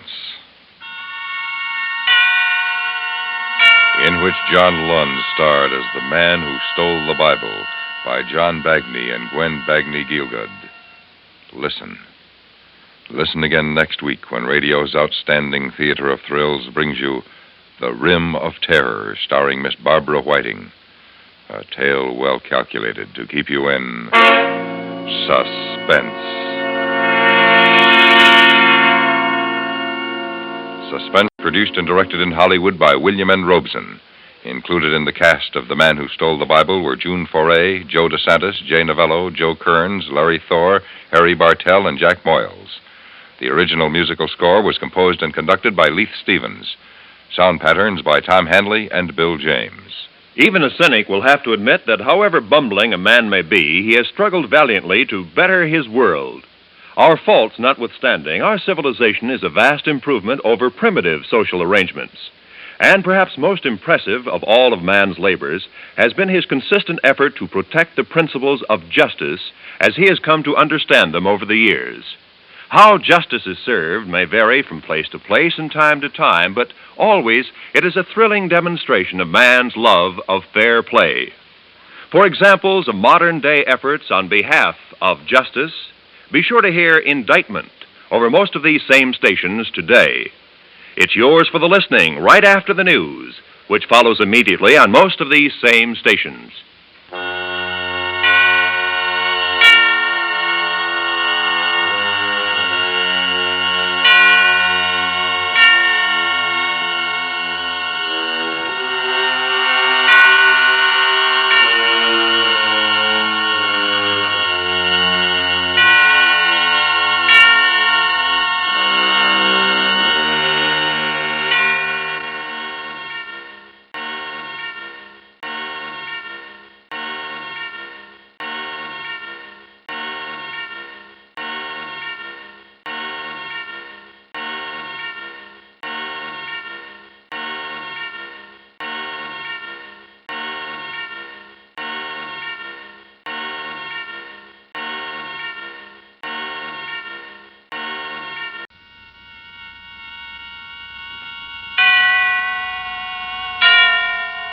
Suspense.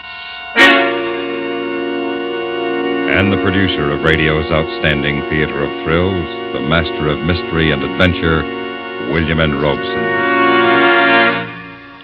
Everybody knows it is unwise to pick up hitchhikers. It is especially unwise if you are young and pretty and driving a very powerful foreign sports car.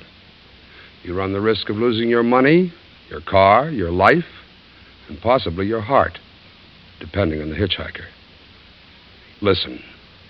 Listen to Miss Barbara Whiting, starring in The Rim of Terror, a tale well calculated to keep you in suspense.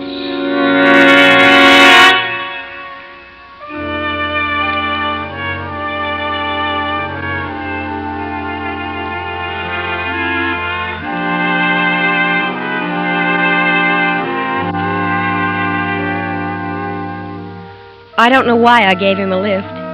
Even now, with the terror gone like a half-remembered nightmare, I can't be sure why I stopped my big Mercedes on that lonely road in Nevada and gave him a lift. Maybe because he looked so bedraggled standing there, headless in the rain, by the side of the road. Maybe because he smiled grimly, almost with a sneer that was a challenge. I don't know. Anyway, I slammed on the brakes and he walked slowly up to the car. Torkel, my big husky, stiffened on the seat beside me. Quiet, Torkel. So you decided I don't look like too much of a risk, huh? Not at all. Please get in. You look very wet. As a matter of fact, I am very wet. Back seat, Torkel. Torkel, is it? How are you, Torkel? Well, it's quite a dog. I'll bet he could easily kill a man. He's really quite well behaved, and he wouldn't attack without orders. You have made yourself quite clear. This is an impressive machine. I love it, but I'm really not used to it yet. I just got it last week. You drive it very well. Thank you, but I don't really. Where are we now? Well, I'd say about 25 miles east of Winnemucca. You're new to this part of the country? Yes and no. I've never seen that view before. It's breathtaking. So much different from back home. Back home? Vermont. This is the first time I've ever been in the West, and I love it. The scenery is so... Yeah, but this particular scenery doesn't appeal to me very much at the moment. Why not? I'd say that there's someone waiting for us down there. Look.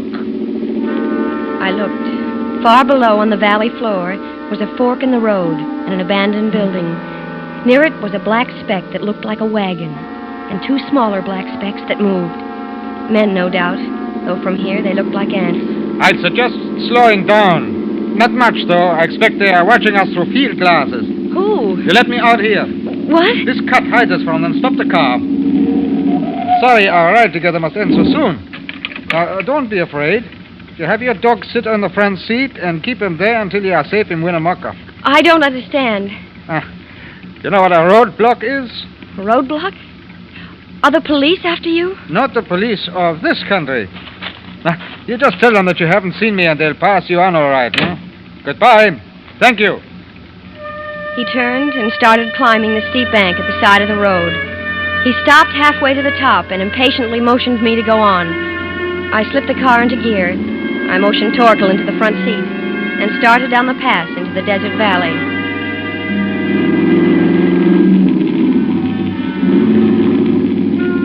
A couple of miles further, at the forks, the road was blocked by a black delivery truck. I was almost tempted to swing around it, but the man in the plastic raincoat who held his hand up so casually didn't look dangerous at all, so I came to a stop. Another man in a black raincoat was leaning against the truck, trying to clean the mud from his shoes. Across the panel of the truck was a sign that read, Nevada Public Opinion Surveys, Carson City. I felt a little silly for feeling scared a moment before. Howdy, miss. We're making a traffic check. Yes? Don't mind answering a few questions? Only take a minute. What do you want to know? Well, now, let's see. Where are you from? Vermont. Vermont? Well, I declare. We don't get many tourists from Vermont. You come all this way all alone? Well, I don't suppose you'd count my dog as a passenger. Guess not. Although I always say a dog's a man's or a woman's best friend. Nobody else with you? No. Have you given any rides to hitchhikers? No. Through the windshield, I saw the man in the black raincoat reach into the van. There was a smear of yellow paint on his raincoat, and the letters on the neat sign were blurred. It had been freshly painted, and the paint had rubbed off when he leaned against the sign a moment ago. Well, even if you've given somebody just a short ride, we have to put it down. It's for the statistical average. I'm sorry, but I've lost too much time already. I can't answer any more of your questions. Let's quit stalling, Mr. Smith. The man in the black raincoat was beside the car now, peering in over the interviewer's shoulder. Somebody's been sitting in the seat next to Curlyhead there. You can see where the seat's wet. Ma'am, you can see for yourself. You've had somebody sitting in that seat not very long ago. My dog. Your dog's dry as a bone, ma'am. I'll search the trunk compartment. Maybe she's got him hid in there. Get her keys, will you? Take your hand off the steering wheel. Now, ma'am, just give me the keys. Torkel?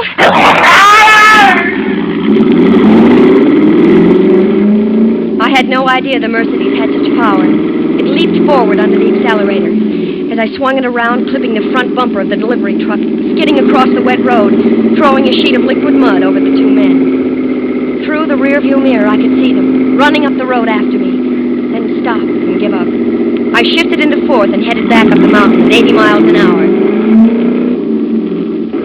And then as I rounded the curve, there he was again, my passenger, laboriously clambering down the bank at the side of the road. He waved to me when he heard the car. And again, I don't know why I stopped. Maybe it was because he was limping now. Maybe because his figure looked so tiny and alone in all that vastness. Maybe it was because I remembered the cruel blue eyes of the red-haired interviewer behind his thick glasses. Anyway, again I stopped. Back seat, Torkel. Get in. I'm driving back to the main highway. I can take you into town that way. I wouldn't have hailed you, only I twisted my ankle up there. Oh, I'm sorry. What happened? Lose your nerve? I'm afraid I did.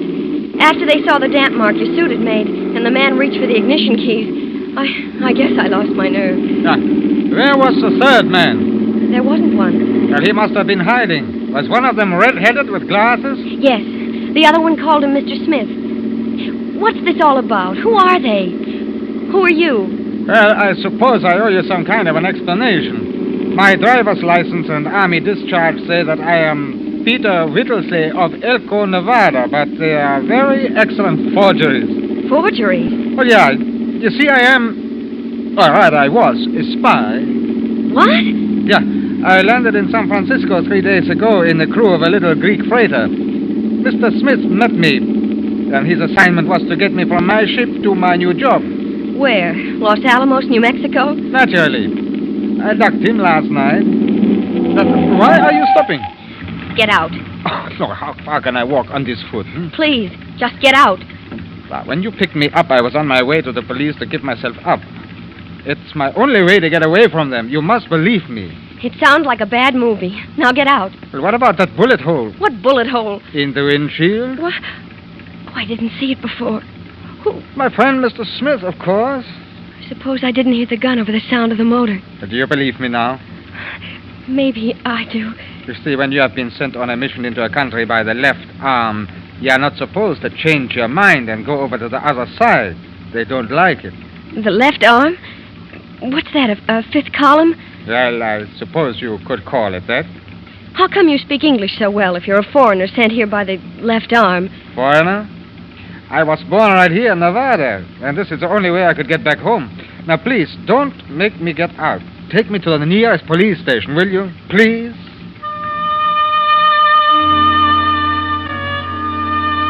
I suppose it was my New England conscience, or maybe just plain old curiosity.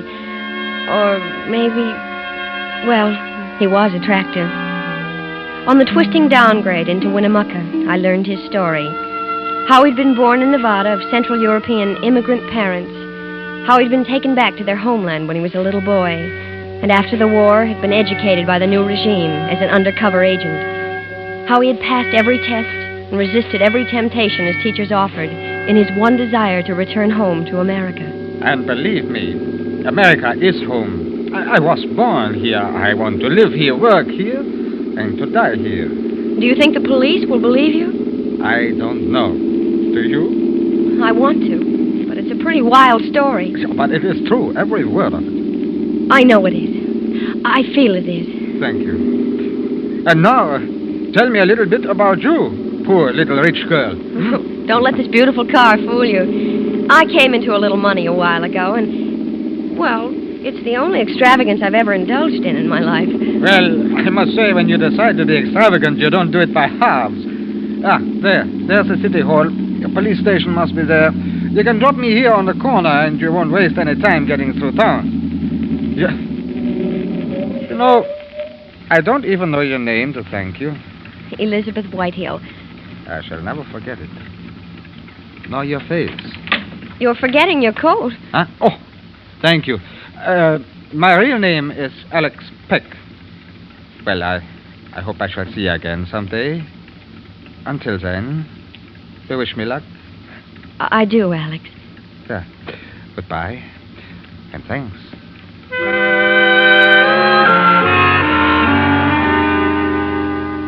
He turned and was gone, limping across the courthouse square, and I suddenly felt very much alone. I wanted to call after him, but of course I didn't. No, I slipped the Mercedes into gear and followed the main highway out of town. Ahead of me lay Seattle, and Charles. Good, safe Charles, who wanted to marry me. My little adventure was over, and I was glad. I kept telling myself I was glad while I munched on a sandwich in a roadside stand on the outskirts of town. I kept telling myself that I'd gotten off easy, but I kept thinking of those pale, vicious blue eyes of Mr. Smith, and the way Alex had slumped in fatigue like a very tired little boy. The sandwich lost its taste. I left it uneaten and started west once more for Highway 45 and the straight road across Idaho and Oregon for Seattle. And then a few miles further, Torkel nudged my arm. I glanced at him and slowed down. He had a wallet in his mouth, Alex's wallet. It must have dropped out of his coat as he left the car. He'd need it. It was part of the proof of his story. Without it, he might be delayed too long in that little police station in Winnemucca. But that really wasn't my problem. Let him worry about it.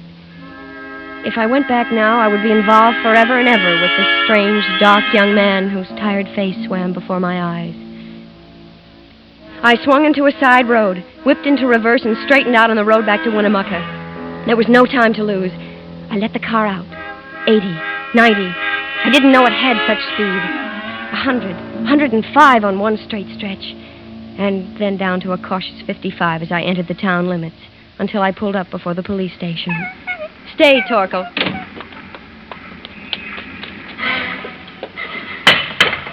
Ma'am? Are you the officer in charge here? I'm Sergeant Helding. I'm looking for Mr. Alexander Peck. I drove him here not more than half an hour ago. Mr. Peck left his papers in my car. I thought he might want them, so I brought them back. He's gone, ma'am. Gone? Ma'am, you don't know how lucky you were. That fellow was a lunatic. Lunatic? Sure. His name is Peter Whittlesey from Elko. Nuttier than a fruitcake. He escaped from the Carson City Asylum last night. They came for him in a wagon. A black panel truck? That's right. Had Carson City State Asylum painted on the panels. In fresh paint. Pardon, ma'am? Oh, you've made a dreadful mistake.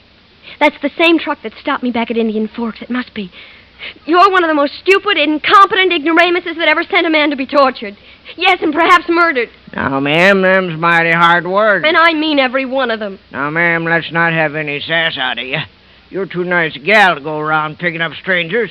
Just run along now, ma'am. We're pretty busy here. But you don't understand. Understand you're wasting our time. Good day, ma'am. Oh. Just a minute, miss. What? That your car over there? That imported hot rod? Yes. Do you have any idea how fast you were going when you passed the airport? Why, I'll tell you. I was doing 90 on my motorcycle, and you walked right away from me. I've got a good mind to throw the book at you.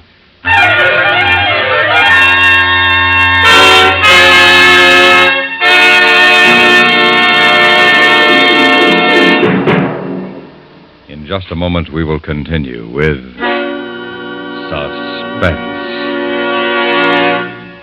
On Sunday, December 16th, CBS Radio will recapitulate the news stories that impressed you most during 1956 on a special broadcast called The Big News of 56. In order to do so, we need your help. Please write us and let us know which of the year's developments had the biggest impact on you. write to Big News of 56, care of CBS News, 485 Madison Avenue, New York, 22, New York. Do let us know as soon as possible so CBS News can know what you want to hear on the recreation of the Big News of 56 on Sunday, December 16th. And now, we continue with Miss Barbara Whiting in The Rim of Terror, a tale well calculated to keep you in suspense.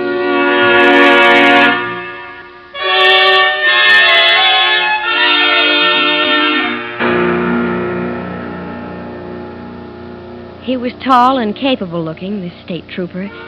He had a kind face, even if he was threatening to throw the book at me. So I told him the whole story, every bit of it, and he seemed to believe me. All right, now look. That van can't go much faster than 50, 55. My bike can do close to 100. Now, we didn't run into the van coming into town from the north, so I guess it's traveling along the highway south to Reno or maybe to California. I can catch it and stop it, sure. So what? How do I know the guy isn't a lunatic and the van isn't on the level? I've got to have identification. Why don't I follow you? Yeah. If you can identify them as the men who stopped you and tried to shoot you, I got a case. I'll make them wish they'd never been born. Come on, let's go.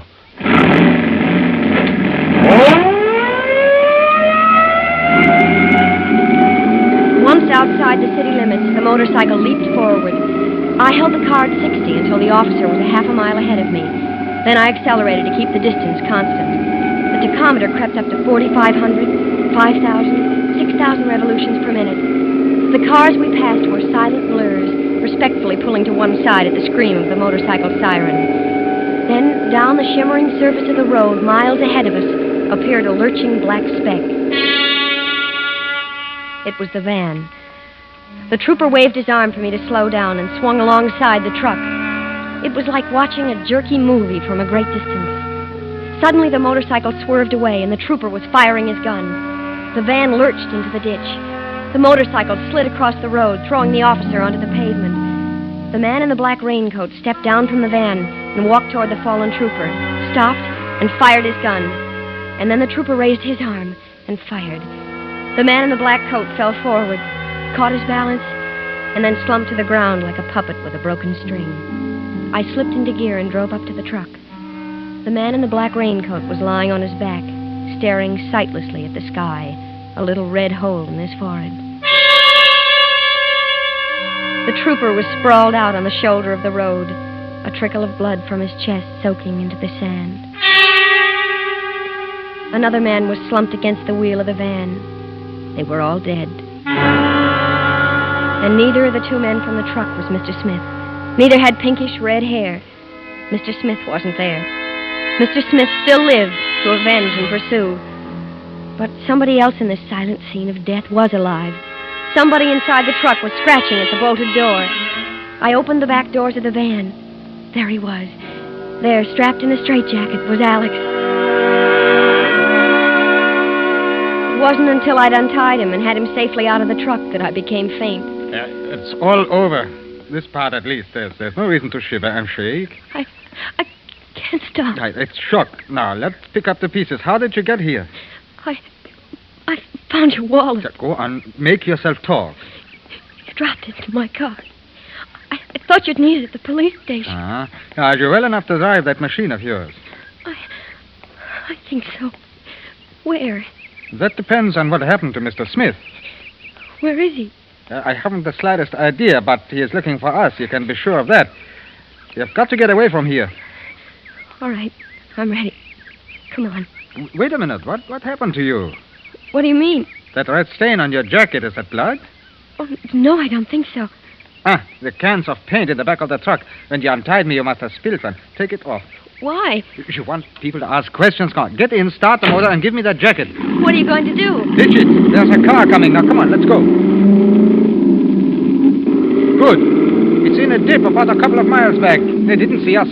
My mother knit that jacket for me. Good, then you know where you can have it replaced. Where are you headed? We'll drive straight through to Seattle. Seattle?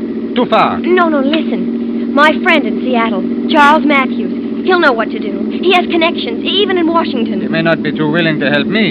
Under the circumstances, I could hardly blame him. Charles is bigger than that. I wonder. 2 hours later, we were 120 miles near Seattle and filling the gas tank at a lonely motor court set in a clump of scraggly pines. Here's a thirsty bush you got there, ma'am. Took almost 20 gallons. Yes, it was nearly empty. That'll be $5.28. Will you cash a traveler's check? Sure will. All right, just a... Alex. What? My traveler's checks. They were pinned inside my jacket. The jacket you threw away. We'll have to go back. Do you have any idea what that piece of road will be like now? Half the population of Winnemucca driving out to see where that gun battle occurred. But, Alex, that's all the money I have in the world. You can stop payment on them. You can get your money back. But now, right now, I've only got $1.75. Now, let's see what I have in my pocket. Well, now, $2 silver. A lot of chicken feed. Yeah, we can make it with $half to spare. Here you are, young man. Thank you. Come again. How are we going to get to Seattle on 50 cents? At the moment, I haven't the slightest idea. This tank full of gasoline won't take us half the way. You could phone your boyfriend, collect, tell him we are strapped, and ask him to wire you some money, huh? I couldn't ask Charles for money. Why not? You wouldn't understand. Well, if you don't want to ask him for money, don't. I'll figure out something. Like robbing a bank? Maybe. With your training, that shouldn't be too difficult. Perhaps. Oh, I'm sorry. That was unkind of me. Why do you suppose we're bickering like this? I haven't the slightest idea. Haven't you? No. Neither have I.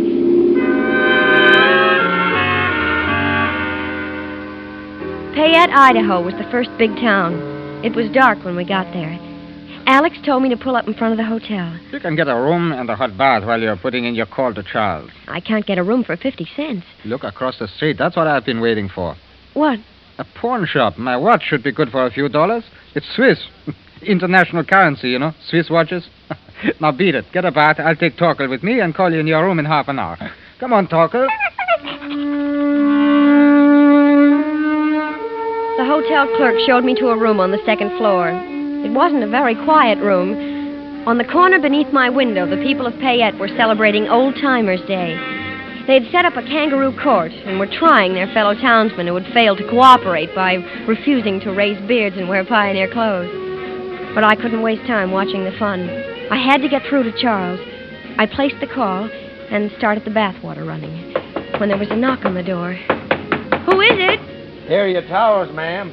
As I unbolted the door, I happened to glance into the bathroom.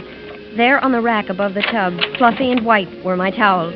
I tried to push the door shut, but it was too late. Mr. Smith shouldered into the room. I started to shout for help, but the sound never came. He hit me in the pit of the stomach with his fist, and I fell across the bed, gasping for breath, as the phone started to ring. I couldn't move. I couldn't make a sound. I lay there with the wind knocked out of me, watching Mr. Smith as he picked up the receiver. Hello? How much delay?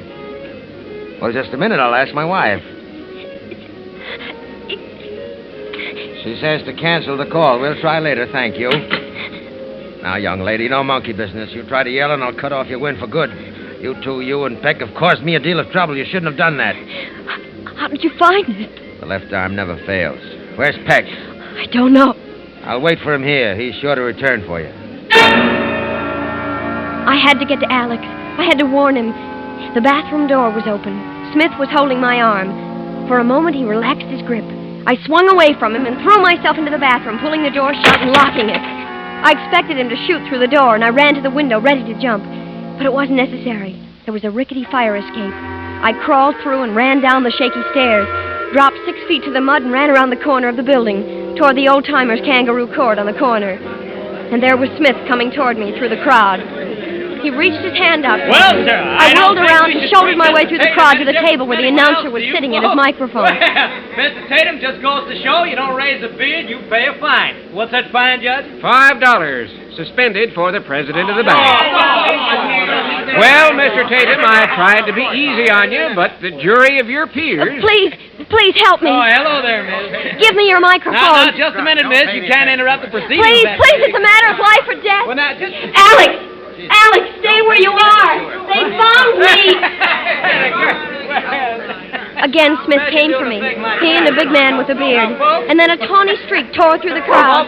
Torkel! He had heard my voice. He ripped the big man's leg. He jumped for Smith's throat. But before he reached it, the man with the beard pulled out a revolver.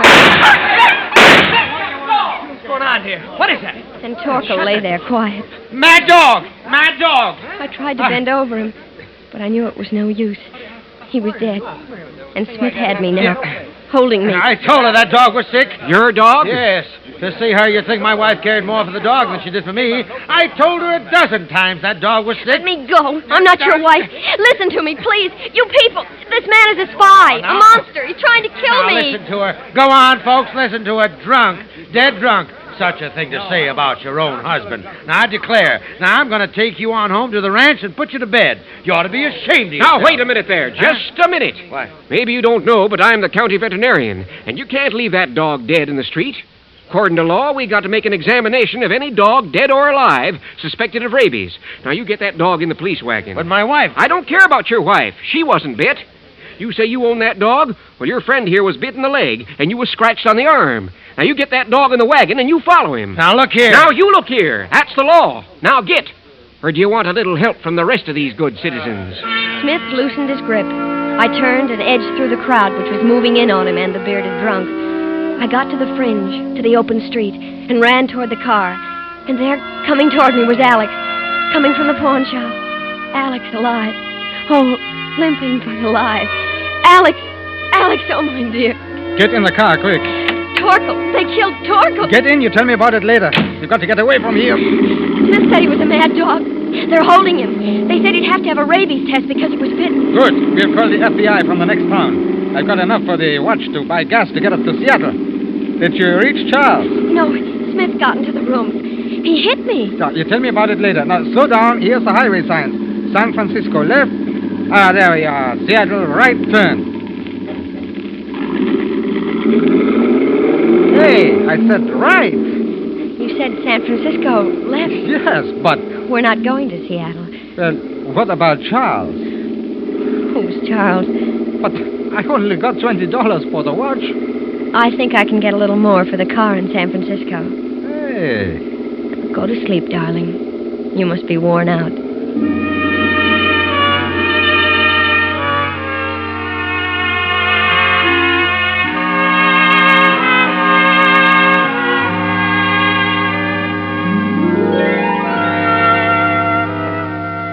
I don't know why I gave him a lift that day, but I'm awfully glad I did.